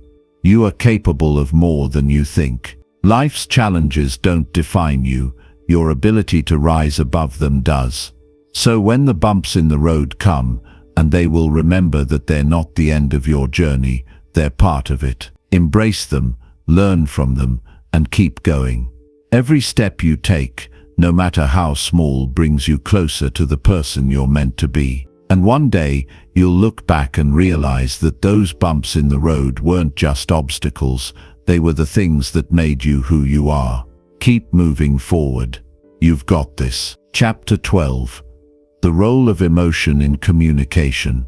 Life has this funny way of giving us opportunities that at first glance don't look like opportunities at all. Sometimes it's disguised in the form of a challenge, a setback, or something that feels more like an obstacle than a chance to grow. But if you look closely, you'll see that these moments are, in fact, the very things that can propel us to the next level. The real question is, are you willing to see them for what they are? Are you willing to step into the discomfort of those moments and allow them to reshape who you are and where you're going? Think about a time in your life when things didn't go the way you expected. Maybe it was a failure, maybe it was a disappointment, or maybe it was just a moment where you felt like everything you worked for had come to a standstill. It's easy in those moments to get discouraged and ask, why me? But what if we asked a different question instead? What can I learn from this? How can this make me stronger? Because here's the truth, life doesn't owe us perfection, but it does offer us growth. And that growth is always found in the moments that feel the hardest. When we're in the middle of something difficult, it's natural to want to find an escape. We want to push through the discomfort, avoid the tough feelings, and move on to something that feels easier. But if we keep running away from the hard things, we miss the lessons that are buried inside them. The uncomfortable stuff, the challenges, the failures, they're the stuff that makes us who we are. It's the moment when you hit rock bottom that you discover the strength to climb back up. It's when you feel like giving up that you realize just how far you've come. And it's in the pain of loss or failure that you uncover the wisdom you need to keep going. This isn't to say that failure doesn't hurt or that difficult moments don't feel like they're pulling you under. Because they do, they absolutely do. But what I want you to understand is that those moments don't define you unless you let them. What defines you is how you respond to those moments. Do you let them break you, or do you let them build you? Do you use the setback as a reason to quit, or do you use it as fuel to keep going? There's a quote that I love by the author and motivational speaker Les Brown: "Shoot for the moon. Even if you miss it, you will land among the stars." It's a reminder that even when we don't hit the exact target we're aiming for, we're still moving forward. We're still making progress. You see, progress doesn't always look like success. Sometimes it looks like failure. Sometimes it looks like a misstep, a stumble, or a moment where you fall short. But those moments are part of the journey. They are part of what shapes us and prepares us for the success that is to come. The thing about growth is that it's never linear. It's not a straight line from point A to point B. It's full of starts, stops, setbacks, and even detours. But each of those moments is shaping you in ways you can't always see in the moment. It's preparing you for something bigger, something better, something that you may not even be able to imagine right now. And that's the beauty of it. The challenges you face today might not make sense today, but down the road, you'll look back and see how they led you exactly where you needed to be. So, when you encounter a challenge, don't shrink from it. Don't wish it away. Instead, step into it. Acknowledge the discomfort, but don't let it control you. Let it teach you. Let it stretch you. And let it prepare you for the greatness that's waiting on the other side. Every time you face adversity, you have the chance to become more than you were before. And if you can embrace that truth, if you can learn to see the difficult moments as opportunities for growth, you'll be amazed at how much stronger and more capable you become.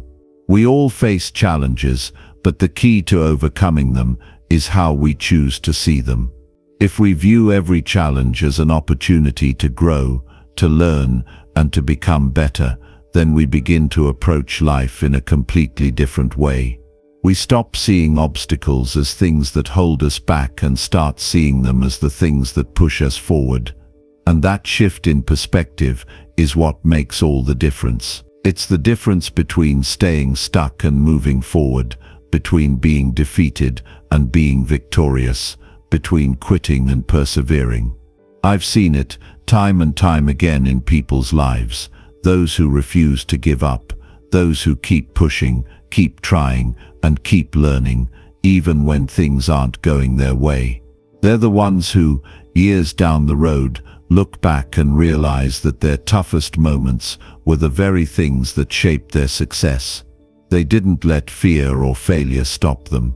They didn't let the difficult moments define them. Instead, they chose to let those moments refine them. And when you choose to do the same, when you choose to embrace life's challenges as opportunities for growth, there's no limit to what you can accomplish. Of course, it's easy to say this in theory. It's easy to sit here and talk about embracing challenges when you're not in the middle of one. But I want you to understand that this isn't just some motivational speech meant to make you feel good for a moment. This is real. It's not about avoiding the pain or the difficulty. It's about knowing that you can get through it. It's about understanding that on the other side of your struggle lies your strength, your resilience, and your ability to achieve things you never thought possible. There's a story I want to share with you about a man who faced tremendous adversity. His name was Thomas Edison. He's known as one of the greatest inventors of all time, but did you know that he failed more times than most people ever try? He faced countless setbacks, rejections, and mistakes in his journey to invent the light bulb. In fact, he once said, "I have not failed. I've just found 10,000 ways that won't work." He didn't let his failures define him. He let them drive him. And because of that, he changed the world. Edison's story is a powerful reminder that failure is not the opposite of success. It's a part of it. Every great success story has its share of failures, setbacks, and moments of doubt. The key is to keep going, to keep learning, and to keep growing. Because when you do that, you open yourself up to possibilities you never imagined. You become someone who doesn't just survive in the face of adversity, you thrive. So, when you find yourself facing a challenge, remember this: you are not defined by the obstacles in your way. You are defined by how you respond to them.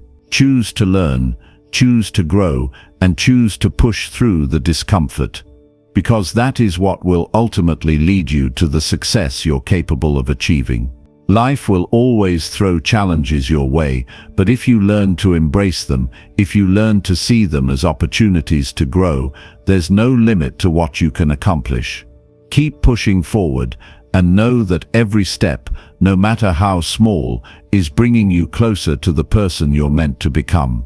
Chapter 13: Practicing Mindfulness in Communication. There's something incredibly powerful about taking control of your own life.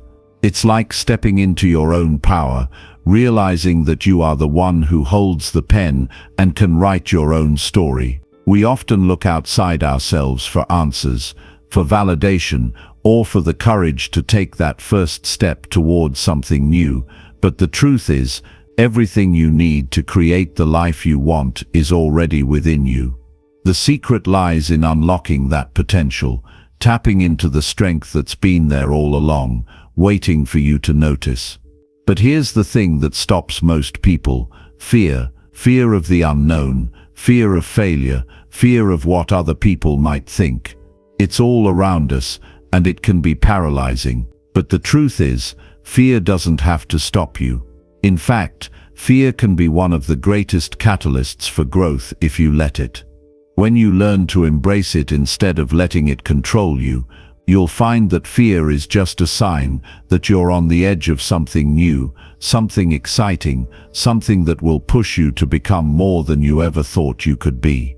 There's a quote that I've always loved from the legendary speaker and author Tony Robbins: "The only limit to your impact is your imagination and commitment." Imagine that for a second. There's no limit to what you can do, to the impact you can have, other than the limits you place on yourself. The only thing standing in your way is the story you tell yourself about who you are and what you're capable of. And if you change that story, if you change the way you see yourself, then you can change everything. Now, I know what you're probably thinking: this all sounds great in theory, but how do I actually make it happen? How do I go from feeling stuck, from being afraid to take the next step, to actually stepping into my power and making the kind of impact I want in the world? It's a great question, and the answer isn't some big magical formula. It's about the small, consistent actions you take every single day, the mindset shifts you make, and the decision to move forward, even when it's scary. One of the most important things you can do is recognize that your thoughts are powerful. The way you think about yourself, your goals, and the world around you has a huge impact on what you can achieve. Your thoughts shape your reality. If you constantly tell yourself that you're not good enough, that you'll never succeed, that you're not capable of doing big things, then that will become your reality. But if you shift your thinking, if you start telling yourself that you are worthy of success, that you are capable of achieving incredible things, then your actions will start to reflect that. Your reality will begin to shift to match your thoughts. But it's not just about thinking positively. It's about taking those thoughts and turning them into actions. The key to overcoming fear, to overcoming doubt, to overcoming all of the things that hold us back, is to take consistent action. It's easy to get caught up in planning, in thinking about what could go wrong, in trying to figure out every single step before you make a move. But the truth is, you'll never have all the answers. There's no such thing as perfect timing or perfect conditions. The only thing you can control is the next step you take. Taking action, even when you don't have all the answers, is what builds momentum. It's what moves you forward. And when you take that first step, you'll often find that the next one becomes a little easier. You'll start to build confidence in yourself, in your abilities, and in your ability to handle whatever comes your way. It's all about trusting that you can figure it out as you go, trusting that you don't need to know every single detail before you start. The journey is made up of those small steps, those moments when you choose to keep going, even when things aren't perfect. Another thing to remember is that progress is rarely linear. You're going to face setbacks, challenges, and even moments where you feel like you're moving backward. But that's okay. That's part of the process. It's not about never failing, it's about how you respond to failure. It's about learning from your mistakes, adjusting your approach, and continuing to move forward. Every step, even the ones that feel like failures, is a step in the right direction, because it's teaching you something valuable. It's teaching you what works, what doesn't, and what you need to change in order to keep going. Now, let's talk about the people around you. It's easy to let the opinions of others dictate your decisions, but the truth is, no one else can see your vision the way you do. No one else knows exactly what's in your heart, what drives you, or what you're capable of.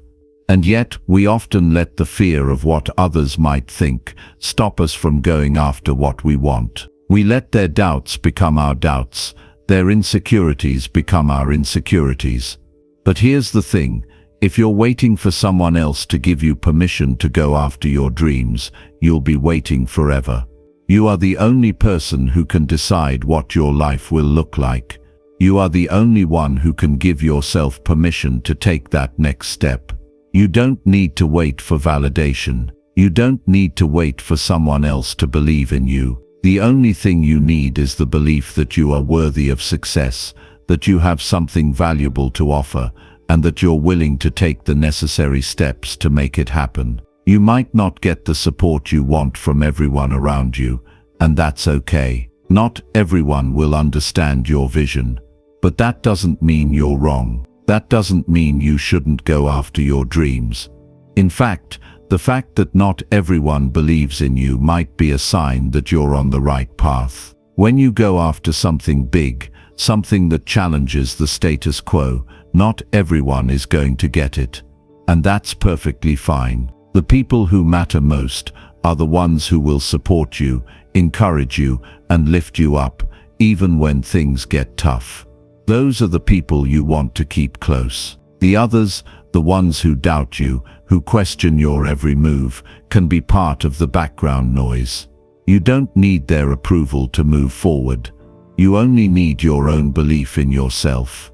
And I want to leave you with this thought: no matter where you are in your journey, no matter how big or small your dreams may seem right now, you are already enough. You already have everything you need to create the life you want. The strength, the drive, the resilience, it's all within you. You just have to believe it, trust it, and take the steps to make it a reality. The world is waiting for you to step into your power, to show up as the person you were always meant to be. So don't wait any longer. Don't wait for the perfect moment. Don't wait for someone else to give you permission. Step into your greatness now. The only limit is the one you place on yourself. Chapter 14. Creating impactful written communication. Imagine for a moment that you are standing at the edge of a vast open field. It's yours for the taking. You can go in any direction you choose. You see paths branching off in every direction, some leading towards a distant shining mountain, others toward calm rivers, and still others toward wild forests full of unknowns. The choice is yours to make. But as you stand there, looking out at the options before you, something feels a bit overwhelming. It's like you're paralyzed by the sheer possibility. You know you have the freedom to choose, but the weight of that decision leaves you unsure of where to go. You start to question yourself. What if you choose wrong? What if you pick the wrong path and it leads you nowhere? What if you get lost along the way? Sound familiar? We've all been there. That moment of indecision, when we're standing at the crossroads of our lives, unsure of which way to go. We've all faced that fear of making the wrong choice, of venturing down a path that leads to failure or regret. But here's the thing. Life isn't about always making the perfect choice. It's not about picking the right path the first time, every time. It's about trusting yourself enough to take that first step, even when the outcome is uncertain. It's about having the courage to move forward, knowing that you can learn, adapt, and grow no matter what happens along the way. You see, life is less about finding the right path and more about creating the path as you go. It's about trusting that each step, each decision, each choice is leading you to exactly where you need to be, even if you can't see the entire picture just yet. And in a world that's constantly changing, one thing is certain: you can't control everything that happens to you, but you can control how you respond. That's where your power lies, not in avoiding failure or making perfect decisions, but in your ability to rise every time you stumble and keep moving forward with even greater clarity and strength. A lot of people get caught up in the idea that they need to have everything figured out before they begin. They think they need to have a clear roadmap, a set plan, and every detail in place. But the truth is, the journey is never as straightforward as we want it to be. There will always be twists and turns, unexpected detours, and moments of doubt.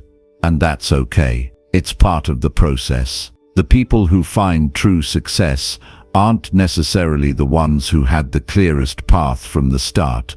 They're the ones who kept moving forward despite not knowing exactly what would happen next.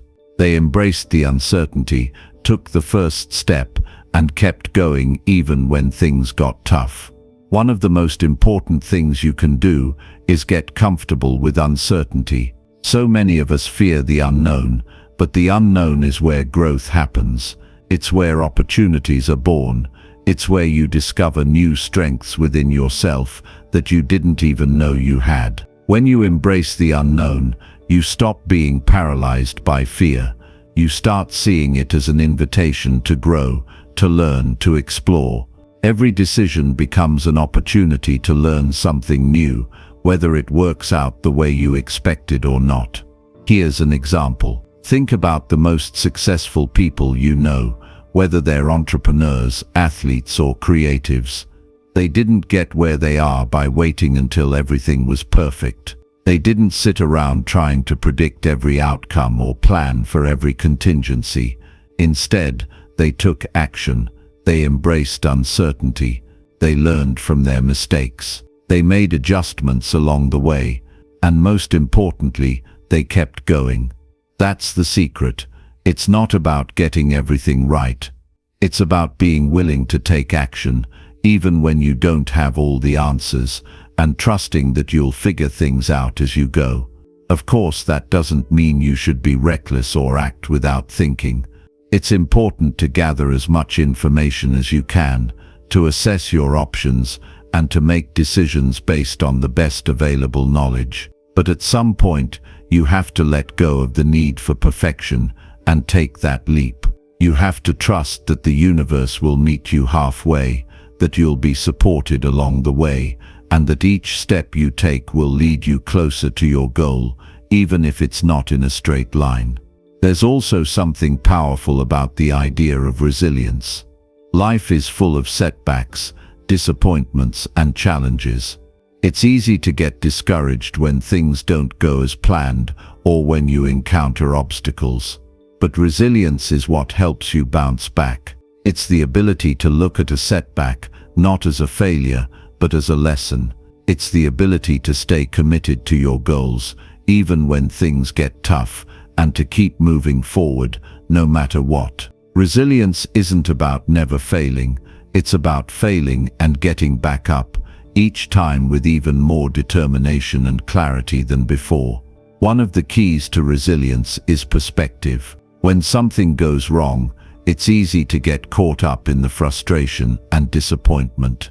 But if you can shift your perspective, if you can look at the situation through a different lens, you'll see that every challenge is an opportunity for growth. Every setback is a chance to learn something new about yourself, about your abilities, and about how you can do things differently moving forward. The more resilient you become, the more you'll realize that setbacks aren't roadblocks, they're stepping stones on the way to success. And as you build your resilience, you'll also start to see that you have more control than you might think. You have the ability to shape your own experience, to choose how you respond to what happens around you. When you stop focusing on what's out of your control and start focusing on what you can control, your mindset, your actions, your choices, you'll begin to feel more empowered. You'll begin to realize that you're not a passive observer in your life, you're the creator. You have the ability to shape your future, one decision at a time. That's the power of mindset. It's the ability to look at any situation, no matter how challenging, and ask yourself, what can I learn from this? How can I grow? What's the opportunity in this challenge? When you adopt that mindset, you'll start seeing challenges as opportunities, setbacks as lessons, and every step of your journey as part of a greater unfolding story. And that's when everything begins to change. That's when you stop feeling stuck and start feeling like you're in the driver's seat of your own life. So, what's the takeaway here? It's simple. You are capable of handling whatever life throws at you. You don't need to have all the answers. You don't need to know exactly where you're going. You don't need to wait for the perfect conditions to take action. What you need is the courage to take that first step, the resilience to keep going when things get tough, and the mindset to view every challenge as an opportunity for growth.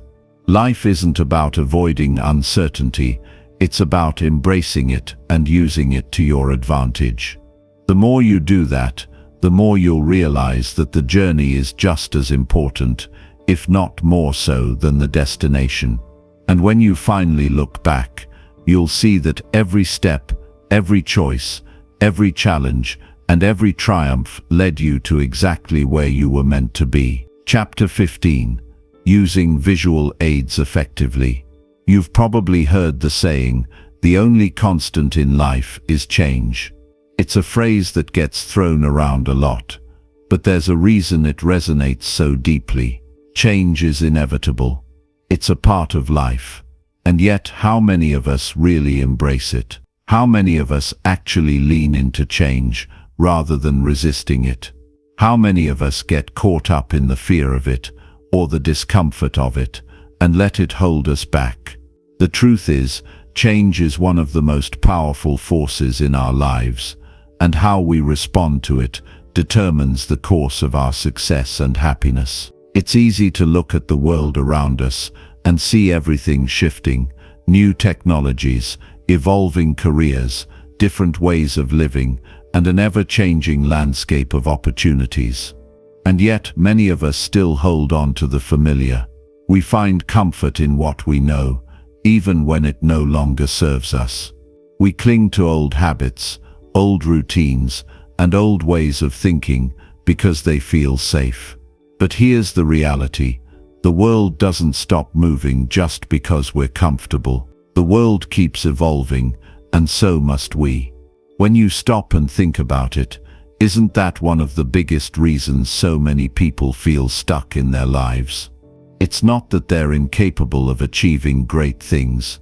It's not that they lack talent or intelligence. The real issue is that they've stopped changing. They've stopped growing. They've stopped pushing themselves outside of their comfort zones and trying new things. And as a result, they've stagnated. They've built a life that's predictable, but it's also unremarkable. And deep down, they know it. But here's the beautiful thing about change. It's not something that happens to us. It's something we can choose to create in our own lives. Change doesn't have to be some grand, dramatic event.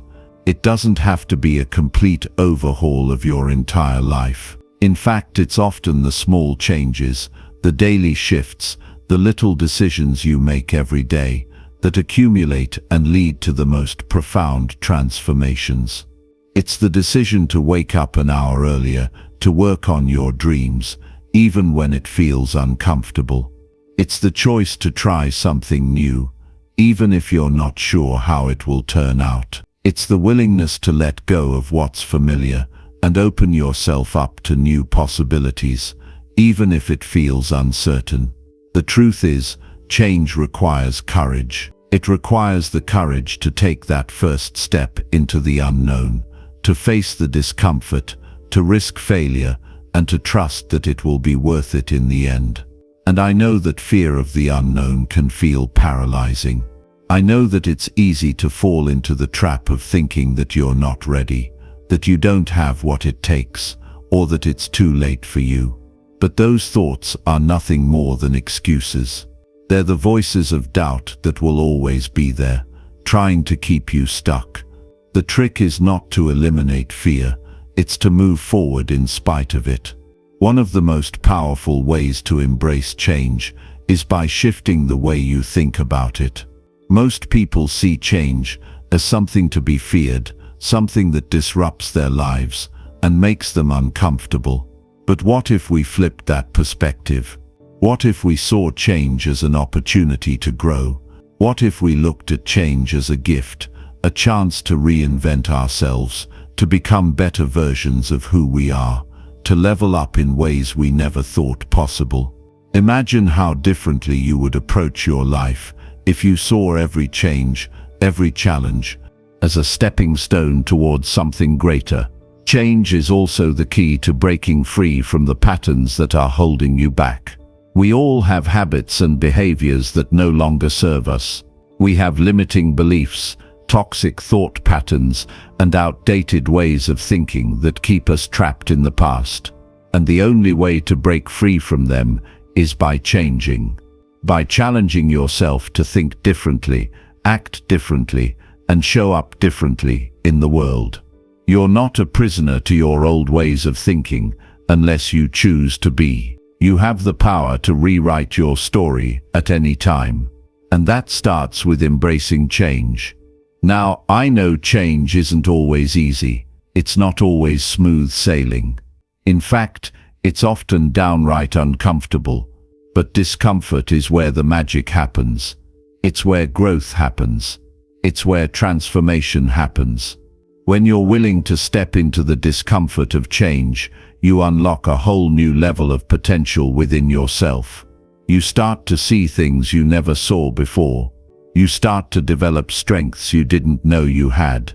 You start to uncover the parts of yourself that were hiding in plain sight, waiting for you to take action. The other side of change is a version of you that is stronger, wiser, more confident, and more capable. The more you embrace change, the more you'll realize that you are constantly evolving. You're not the same person you were a year ago, or even 6 months ago. And the more you embrace change, the more you'll see that there's no end to your growth. You're a work in progress, always refining, always becoming. And that's the beauty of it. Think about the people you admire the most, the ones who inspire you, who have achieved incredible things. What do they all have in common? I'll tell you, they've all embraced change, they've all faced challenges, they've all taken risks, and they've all stepped outside their comfort zones. They didn't get where they are by staying stagnant. They got there by continuously evolving, learning, and adapting to the world around them. And you can do the same. The key to making change work for you is consistency. Change doesn't happen overnight, and it doesn't always happen in big, dramatic moments.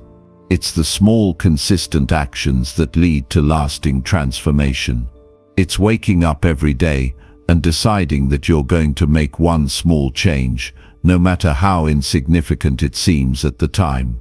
It's committing to your own growth, no matter how uncomfortable it gets. And it's trusting that, over time, those small changes will add up to something extraordinary. There will be times when you stumble, when you fail, when you feel like giving up. That's a natural part of the process. Change is not linear, it's messy, it's imperfect, and it's full of ups and downs. But the important thing is that you keep going. Every setback is a lesson. Every failure is an opportunity to learn. And every challenge is a chance to grow stronger. If you can embrace that mindset, you'll never truly fail. You'll always be moving forward, no matter how slow it feels. So, as you stand at the edge of change, take a deep breath and embrace the journey. Trust yourself.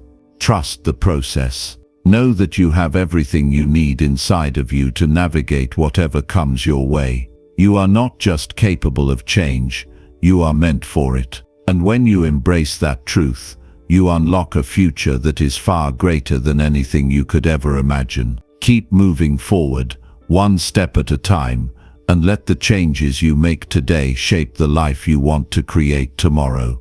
Chapter 16: Navigating Difficult Conversations. We all have those moments in life when we feel like we've hit a wall. The kind of wall that makes you question everything. The kind that feels like a dead end, where it seems like you've tried every possible route and still haven't gotten any closer to your goals. In these moments, it's easy to believe that maybe you're not cut out for success, or that you've reached your limit. But here's the truth. The wall you're facing is not your end. It's a doorway, a threshold, a signal that it's time to rise, push forward, and unlock the next level of your potential. So many of us look at obstacles as signs that we're doing something wrong, that we should turn back. And while it's natural to feel frustrated, what if I told you that these moments are actually the greatest opportunities for growth? What if the challenges you face are the stepping stones that will take you from where you are to where you want to go? You see, the greatest breakthroughs in life don't happen when things are smooth and easy. They happen when things are tough, when you're on the edge, when it feels like the odds are stacked against you. That's when you truly discover who you are, what you're capable of, and what you're made of. The thing is, most people will encounter setbacks and quit. They'll look at failure as the end of the road instead of a lesson or a stepping stone. But it's those who push through, those who continue to put one foot in front of the other, who eventually come out on top. It's not that they don't face challenges, they do. They face failure, rejection, and frustration, just like everyone else. But they've learned that those things don't define them. What defines them is their ability to persevere. They know that success isn't a straight line. It's more like a winding road, with plenty of detours and bumps along the way. Think about any successful person you admire. Whether it's someone in your personal life or someone you see in the public eye, I guarantee you they've faced obstacles. In fact, they probably faced far more setbacks than you'll ever know. The difference is, they kept going. They chose not to give up when the going got tough. They chose to keep moving forward, even when it felt like they were making no progress. And that's the key. Progress isn't always obvious. It's not always about taking giant leaps forward. Sometimes it's about making small, consistent steps, even when the results aren't immediately visible. When you're facing challenges, it's easy to get discouraged. It's easy to think that you're just not good enough, or that your dreams are out of reach. But that's when you need to dig deep. That's when you need to remind yourself why you started in the first place. Remember, success isn't about avoiding failure. It's about learning how to fail forward. It's about seeing each setback as an opportunity to grow, to learn, and to come back stronger. Every time you fail and get back up, you become more resilient. you become more determined. You become someone who refuses to quit, no matter how tough things get. In these moments of struggle, it's important to keep your vision clear. It's easy to get lost in the details, to focus on how hard things are or how far you have left to go. But you need to keep your eyes on the bigger picture. You need to remind yourself of the why behind everything you're doing. Why are you working so hard? What's driving you? What's the vision you have for your life, your future, and your impact on the world? The more you keep your focus on that vision, the easier it becomes to push through the tough times. The obstacles in your path will no longer feel like walls, they'll feel like small hurdles to overcome. It's also essential to give yourself grace along the way. Success doesn't happen overnight. It's a process, and it's okay to stumble. It's okay to make mistakes. What matters is that you don't let those mistakes stop you. What matters is that you use them as stepping stones, as lessons that will propel you forward. You're going to hit bumps along the way, but each bump is part of the process. Each mistake is an opportunity to refine your approach, to become better, and to grow. One of the most powerful tools you have in these moments is your mindset. How you choose to view a challenge will determine whether you succeed or give up. If you look at a challenge and think, "This is too hard, I can't do this," then that's what you'll believe. But if you look at it and think, "This is tough, but I'm tougher," then you've already taken the first step toward overcoming it.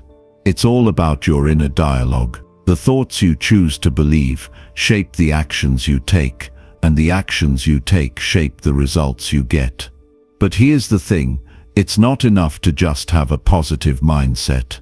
You also need to take massive, consistent action, no matter how many books you read, how many motivational speeches you listen to, or how much advice you get. None of it will matter unless you take action. You need to be willing to get your hands dirty, to put in the work, and to keep showing up, even when you don't feel like it. The truth is, the people who succeed are often the ones who simply refuse to quit.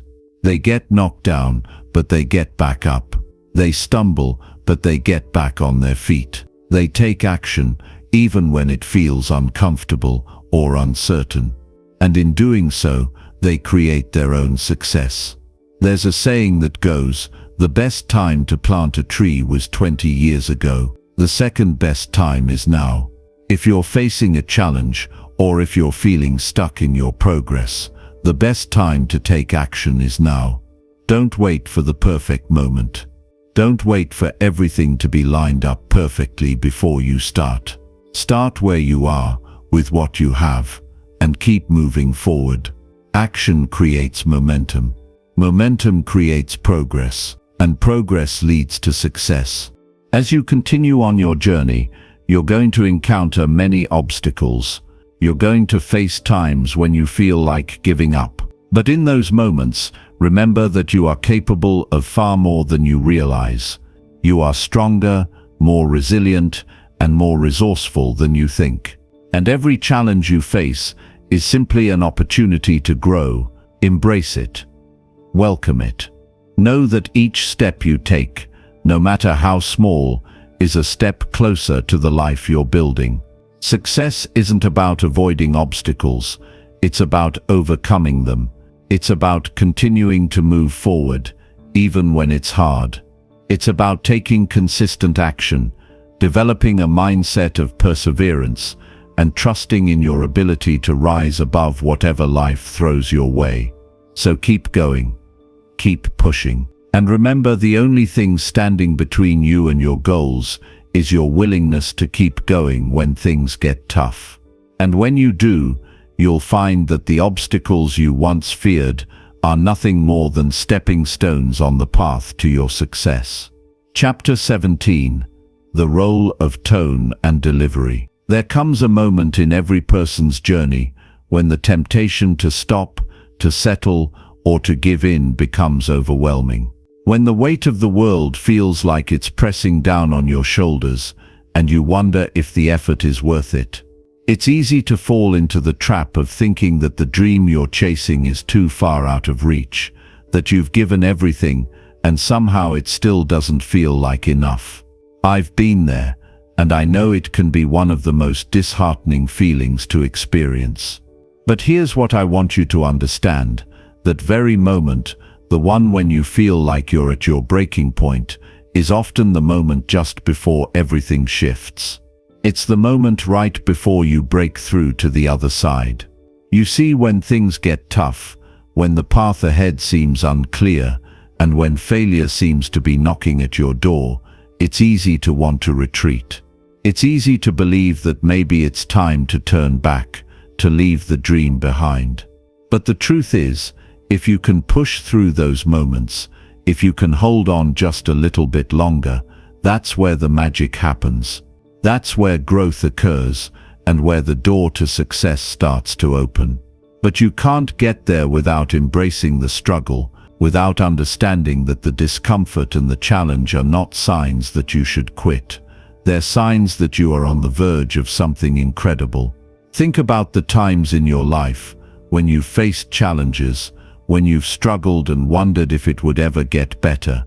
Maybe it was a job you weren't sure you'd succeed at. Maybe it was a relationship that seemed to be falling apart, or a health challenge that made you question your strength. No matter what it was, I guarantee you've had moments when you questioned your ability to continue. But here's the truth: every one of those moments was shaping you. It was strengthening your character, developing your resilience, and refining your ability to keep going even when you didn't feel like it. In fact, those moments were the ones that prepared you for the success you're destined to achieve. They were the tests that showed you just how strong you really are. One of the most profound realizations I've had in my own journey is that success isn't about avoiding obstacles. It's not about never facing hardship or struggle. The people who truly succeed, the ones who make the greatest impact, are the ones who embrace those obstacles. They don't shy away from them. They lean into them. They see every challenge as an opportunity, not a setback.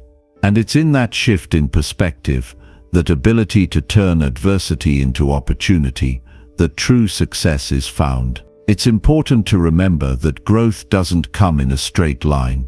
We often think that once we set a goal, it should be a smooth and easy journey to the finish line. But in reality, the path is often winding, full of unexpected twists, turns, and detours. And that's okay. In fact, that's where the magic happens. The journey isn't about getting from point A to point B without any bumps along the way. It's about what you learn on that journey.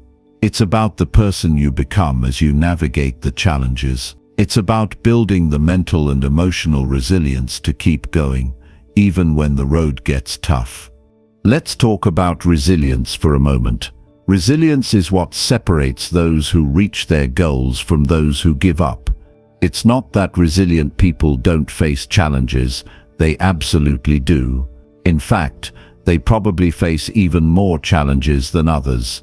But resilience allows them to keep going, no matter how hard it gets. It allows them to look at failure not as a sign to stop, but as a lesson to be learned.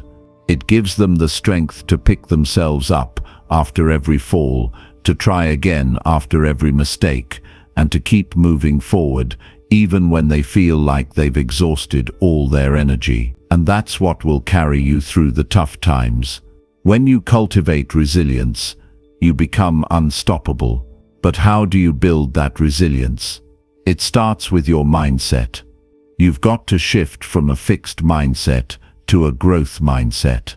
A fixed mindset is the belief that your abilities are limited, that you're either good at something or you're not. It's the kind of thinking that tells you, if I fail, that means I'm not cut out for this. On the other hand, a growth mindset is the belief that your abilities can be developed through effort and perseverance. With a growth mindset, failure becomes a part of the process, not an end point. It's just feedback, a chance to adjust and improve. To build resilience, You also have to practice self-compassion. This is something that often gets overlooked.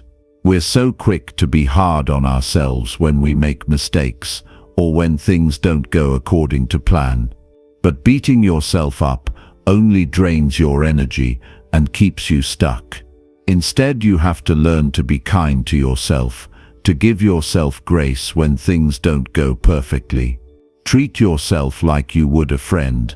If they were struggling, you wouldn't criticize them, you'd offer encouragement.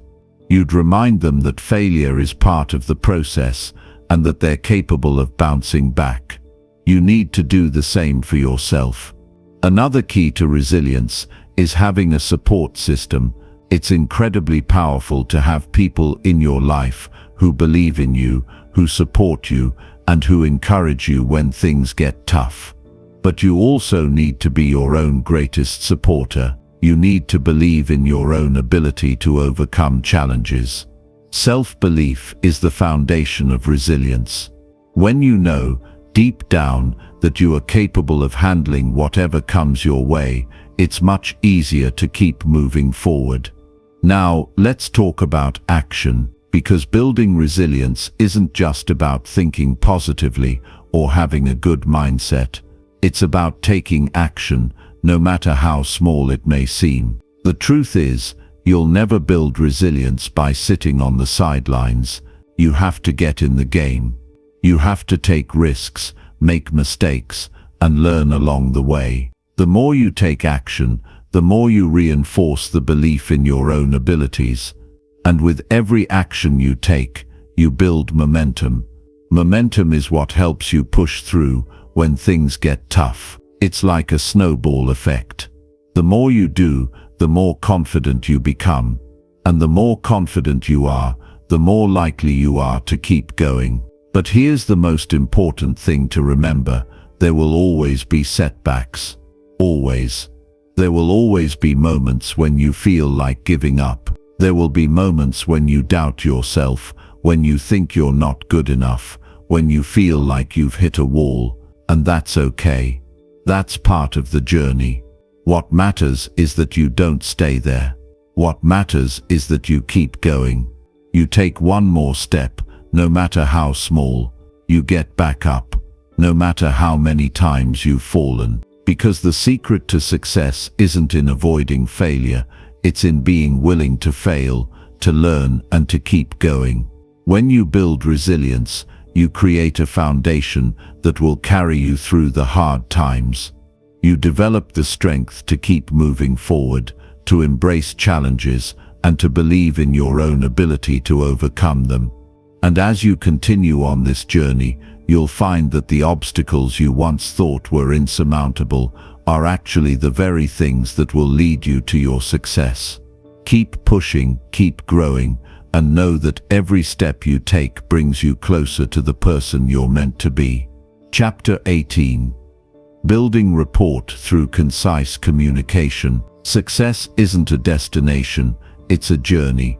It's not just about getting from point A to point B as quickly as possible. It's about the person you become along the way. It's about the growth, the lessons, and the transformation that happens within you when you commit to living your best life. But the thing is, so many of us get caught up in the idea that success is this end goal that we'll only reach once we've checked off all the boxes. Once we've accomplished everything on our to-do list, once we've hit every milestone, then and only then we'll be successful. But here's the truth.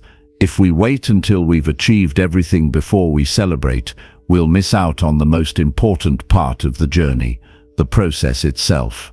Life is happening right now. The steps you're taking, the challenges you're facing, and the little victories along the way are just as valuable as the big, shiny accomplishments. Success isn't about getting to a certain place in life.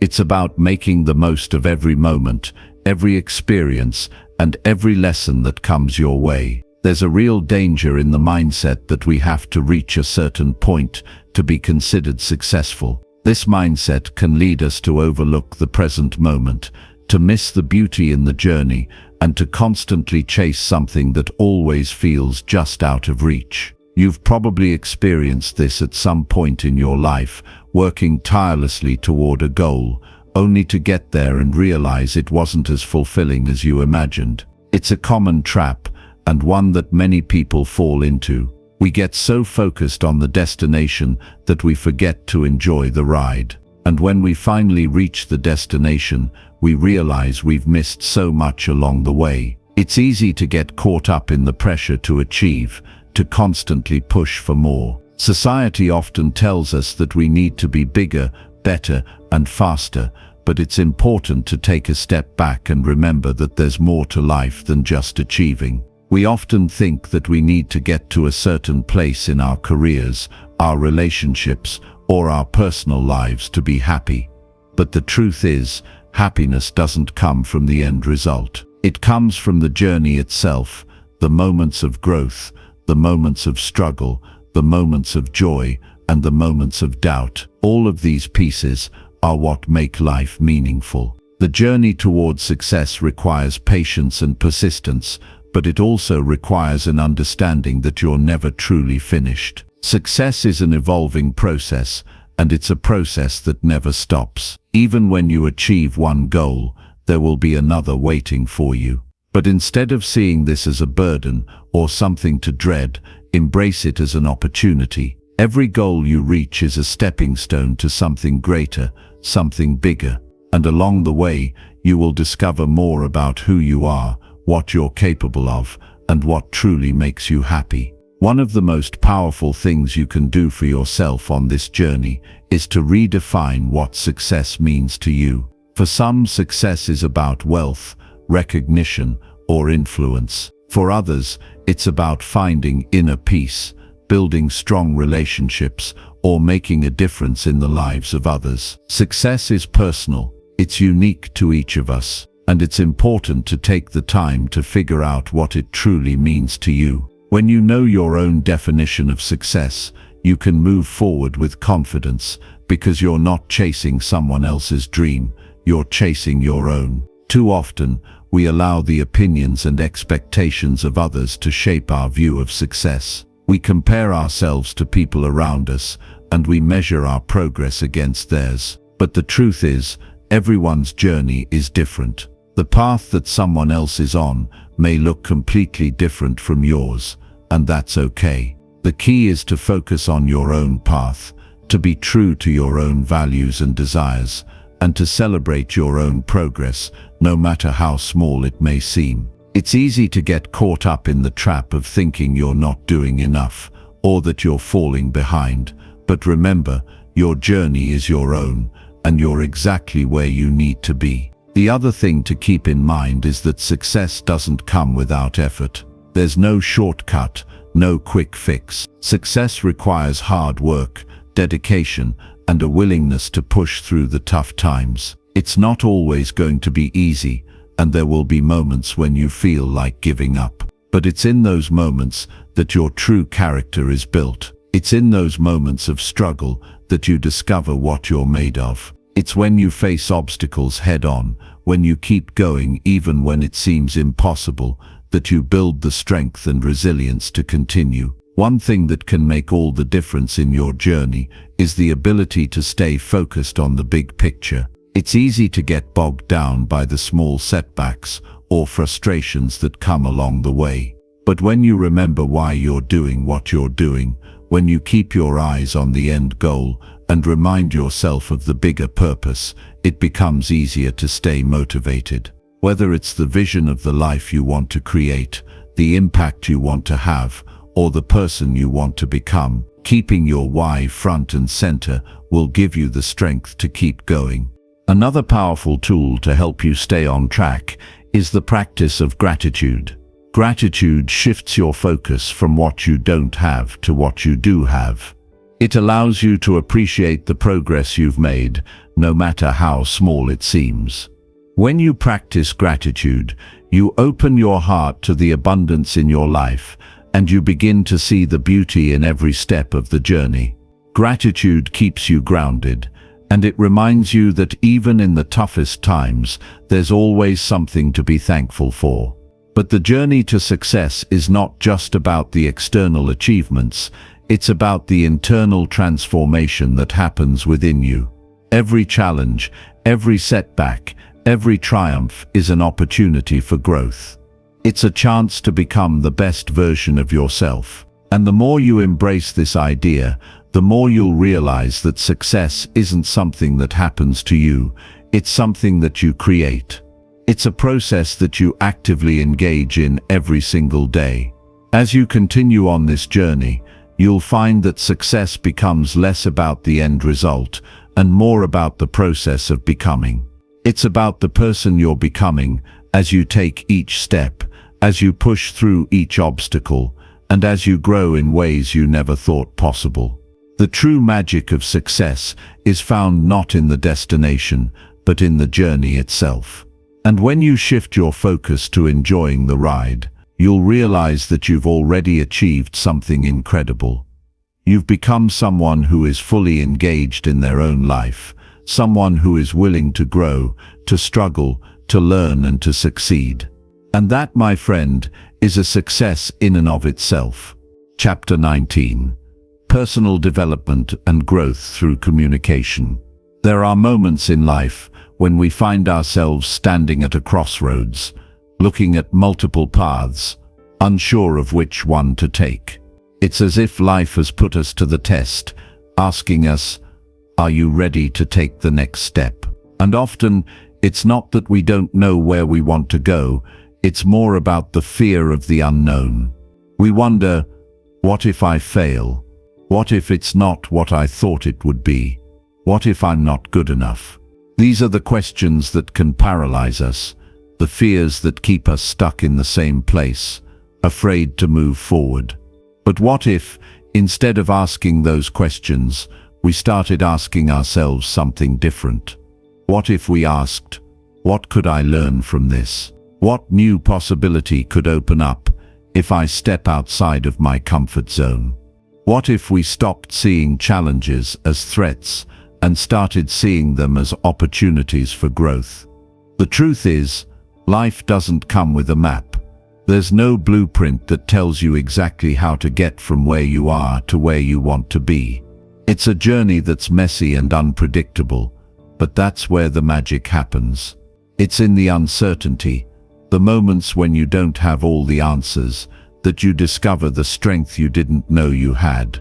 It's in the moments of discomfort that you grow the most. We often think that success is about having it all figured out, about knowing exactly what you want and how to get there.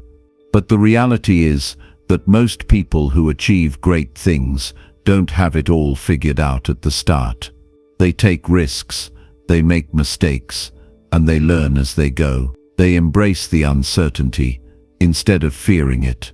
They understand that the road to success isn't always smooth, but it's the bumps along the way that make it worthwhile. It's easy to look at someone who has achieved what you want and think, they have it all together, they know exactly what they're doing.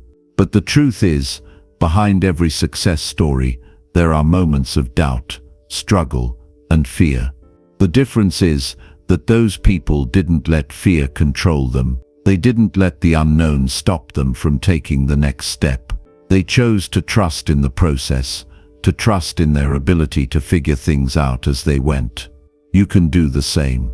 You have the same potential for growth and transformation within you, but it requires you to take action even when you don't have all the answers.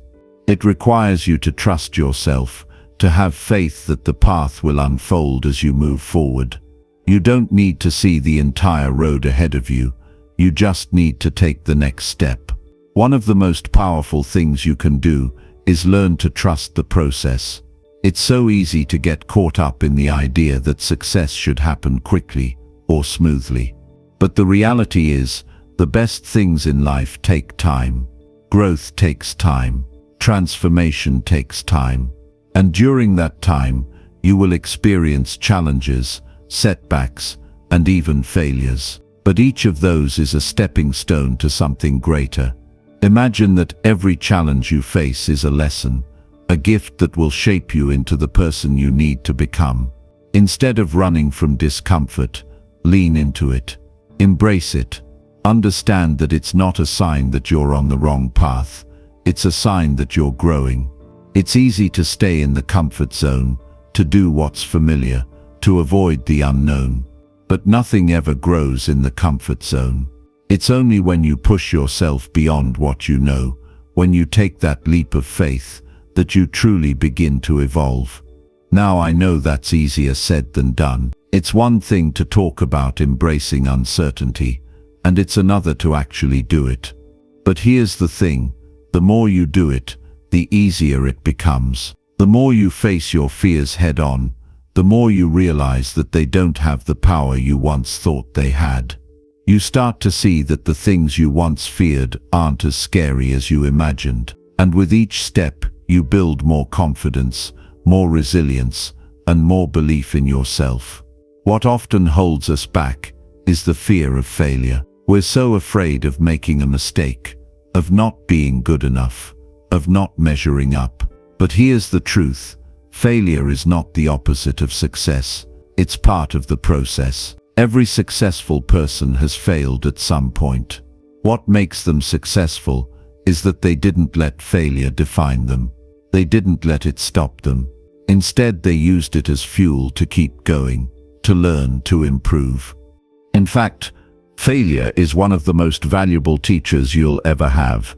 It shows you what doesn't work, and it gives you the chance to try again, this time with more knowledge, more experience, and more wisdom. Without failure, there can be no success. Without setbacks, there can be no breakthroughs. The key is to keep going, to keep moving forward, even when it feels like you're not making progress. Another thing that can hold us back is the fear of judgment. We worry about what others will think of us, whether we'll be criticized or rejected. But here's the thing, you can't live your life based on other people's opinions. You can't let the fear of judgment dictate your choices. If you do, you'll never take the risks necessary to create the life you want. You're not here to please everyone. You're here to live your truth, to pursue your dreams, and to create a life that's meaningful to you. It's not always going to be easy, and there will be times when you face criticism or rejection. But that doesn't mean you're on the wrong path. It means you're doing something that matters, and the people who matter will support you, even if they don't always understand your journey. The key is to keep moving forward, keep taking the next step, even when it's scary. Keep trusting yourself, even when you don't have all the answers. Keep believing in the process, even when things don't go as planned. The more you embrace uncertainty, the more you trust the journey, the more you'll realize that success is not just about the destination, it's about the person you become along the way. So take that next step, even if you don't have everything figured out, even if it feels uncomfortable. Take the leap, because on the other side of fear is a life you can't even imagine yet. And the only way to get there is by taking action, by trusting the process, and by believing in yourself. You have everything you need to succeed. The only thing standing in your way is the decision to move forward. And that decision is entirely in your hands. Chapter 20. Implementing the less is more philosophy in daily life. When we talk about success, we often envision the finish line, the moment when everything falls into place and we've made it. It's easy to get caught up in the idea that success is a destination, a place you reach when you've put in the work, crossed off all the goals, and achieved the things that society or your inner circle deem worthy of celebration. But here's the thing, success isn't a final destination. It's not about reaching a point where you can finally say, "I've arrived." It's about the ongoing journey of growth, learning and becoming the best version of yourself. So many people get stuck in the idea that success is something outside of them, something they need to attain or prove to others. But true success is about internal fulfillment. It's about being at peace with who you are, where you are, and knowing that the journey is just as important as the destination, if not more so. When you shift your focus from external achievements to internal growth, you free yourself from the pressure to conform to someone else's idea of success. You begin to define success on your own terms. It's easy to compare ourselves to others, to look at someone else's success and think, why am I not there yet? Why am I not where they are? But comparison is a trap. It's a roadblock that prevents us from seeing our own unique path. Every single person has their own timeline, their own process, their own story. Just because someone else has achieved something you want, doesn't mean you're behind or doing something wrong. Your journey is yours, and it unfolds at its own pace. There's no need to rush. In fact, rushing can often be the very thing that derails us. We get so caught up in trying to get there quickly that we miss the lessons along the way. We forget that success is about more than just the end result. It's about what you learn as you go. The obstacles you face, the challenges you overcome, the people you meet, and the changes you undergo along the way are what shape you into the person who can truly sustain the success you desire. Without those lessons, without that growth, you wouldn't be ready to handle the success that's waiting for you. When I look back at my own journey, I can see that the moments that made the biggest impact on me weren't the big wins or the overnight successes. It wasn't the moments when I hit a milestone or crossed something off my list. It was the quiet moments of reflection, the times when I was forced to slow down, when I had no choice but to face the tough questions and dig deep within myself. It was in those moments that I truly understood what success meant to me and why it was worth pursuing. It was those moments that shaped the person I am today. I know it's easy to get caught up in the pressures of life. There's so much noise around us, people telling us what we should be doing, what we should want, how we should live. But if you constantly listen to that external noise, you'll lose sight of what really matters to you. You'll lose track of what your heart truly desires. Success isn't about living up to someone else's expectations. It's about living in alignment with your own values, your own purpose, and your own definition of fulfillment. This is why it's so important to spend time reflecting on your own journey. Take a step back and ask yourself, what do I really want out of life? What does success look like for me? When I close my eyes and picture my ideal life, what do I see? This is where the magic happens. This is where you start to uncover your true desires and your authentic purpose. It's not about chasing the next shiny object or living out someone else's dream. It's about creating a vision that is uniquely yours, one that is fueled by your passions, your strengths, and your own sense of purpose. Once you have that clarity, it's time to align your actions with that vision. Every decision, every step you take should bring you closer to the life you want to create. It's easy to get distracted by other people's goals or the pressures of society, but remember, you're not here to live someone else's life. You're here to live your own. And when you start taking intentional, purposeful action toward your own dreams, something incredible happens. You stop living in reaction to the world around you, and you start living in alignment with your true self. That's when things start to fall into place. Now, don't get me wrong, this journey is not always going to be easy. There will be days when it feels like everything is going wrong, when you question if you're on the right path, when you wonder if it's all worth it. But those are the moments that matter most, because success is not about avoiding challenges. It's about how you face them.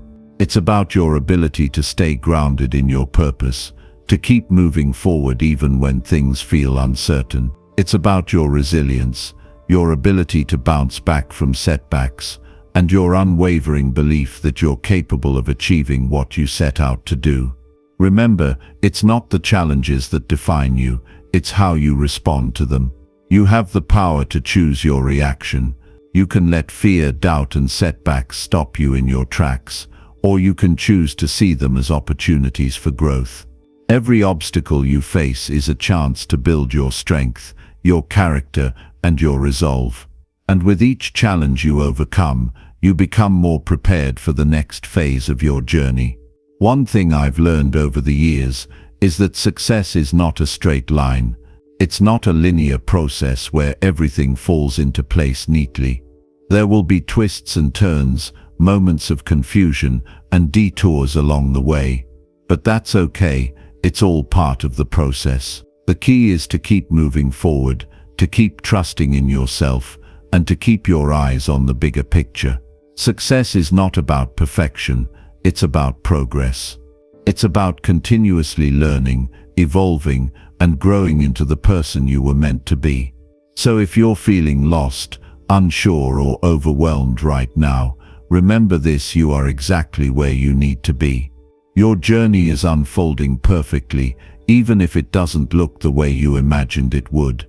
Trust the process. Trust yourself. Keep taking one step at a time, and know that with every step, you're getting closer to the life you've always dreamed of. The road may not always be easy, but it will always be worth it. Keep your heart open, stay true to yourself, and keep moving forward. Success is not about reaching the destination. It's about the person you become along the way, and that person is already inside of you, ready to rise.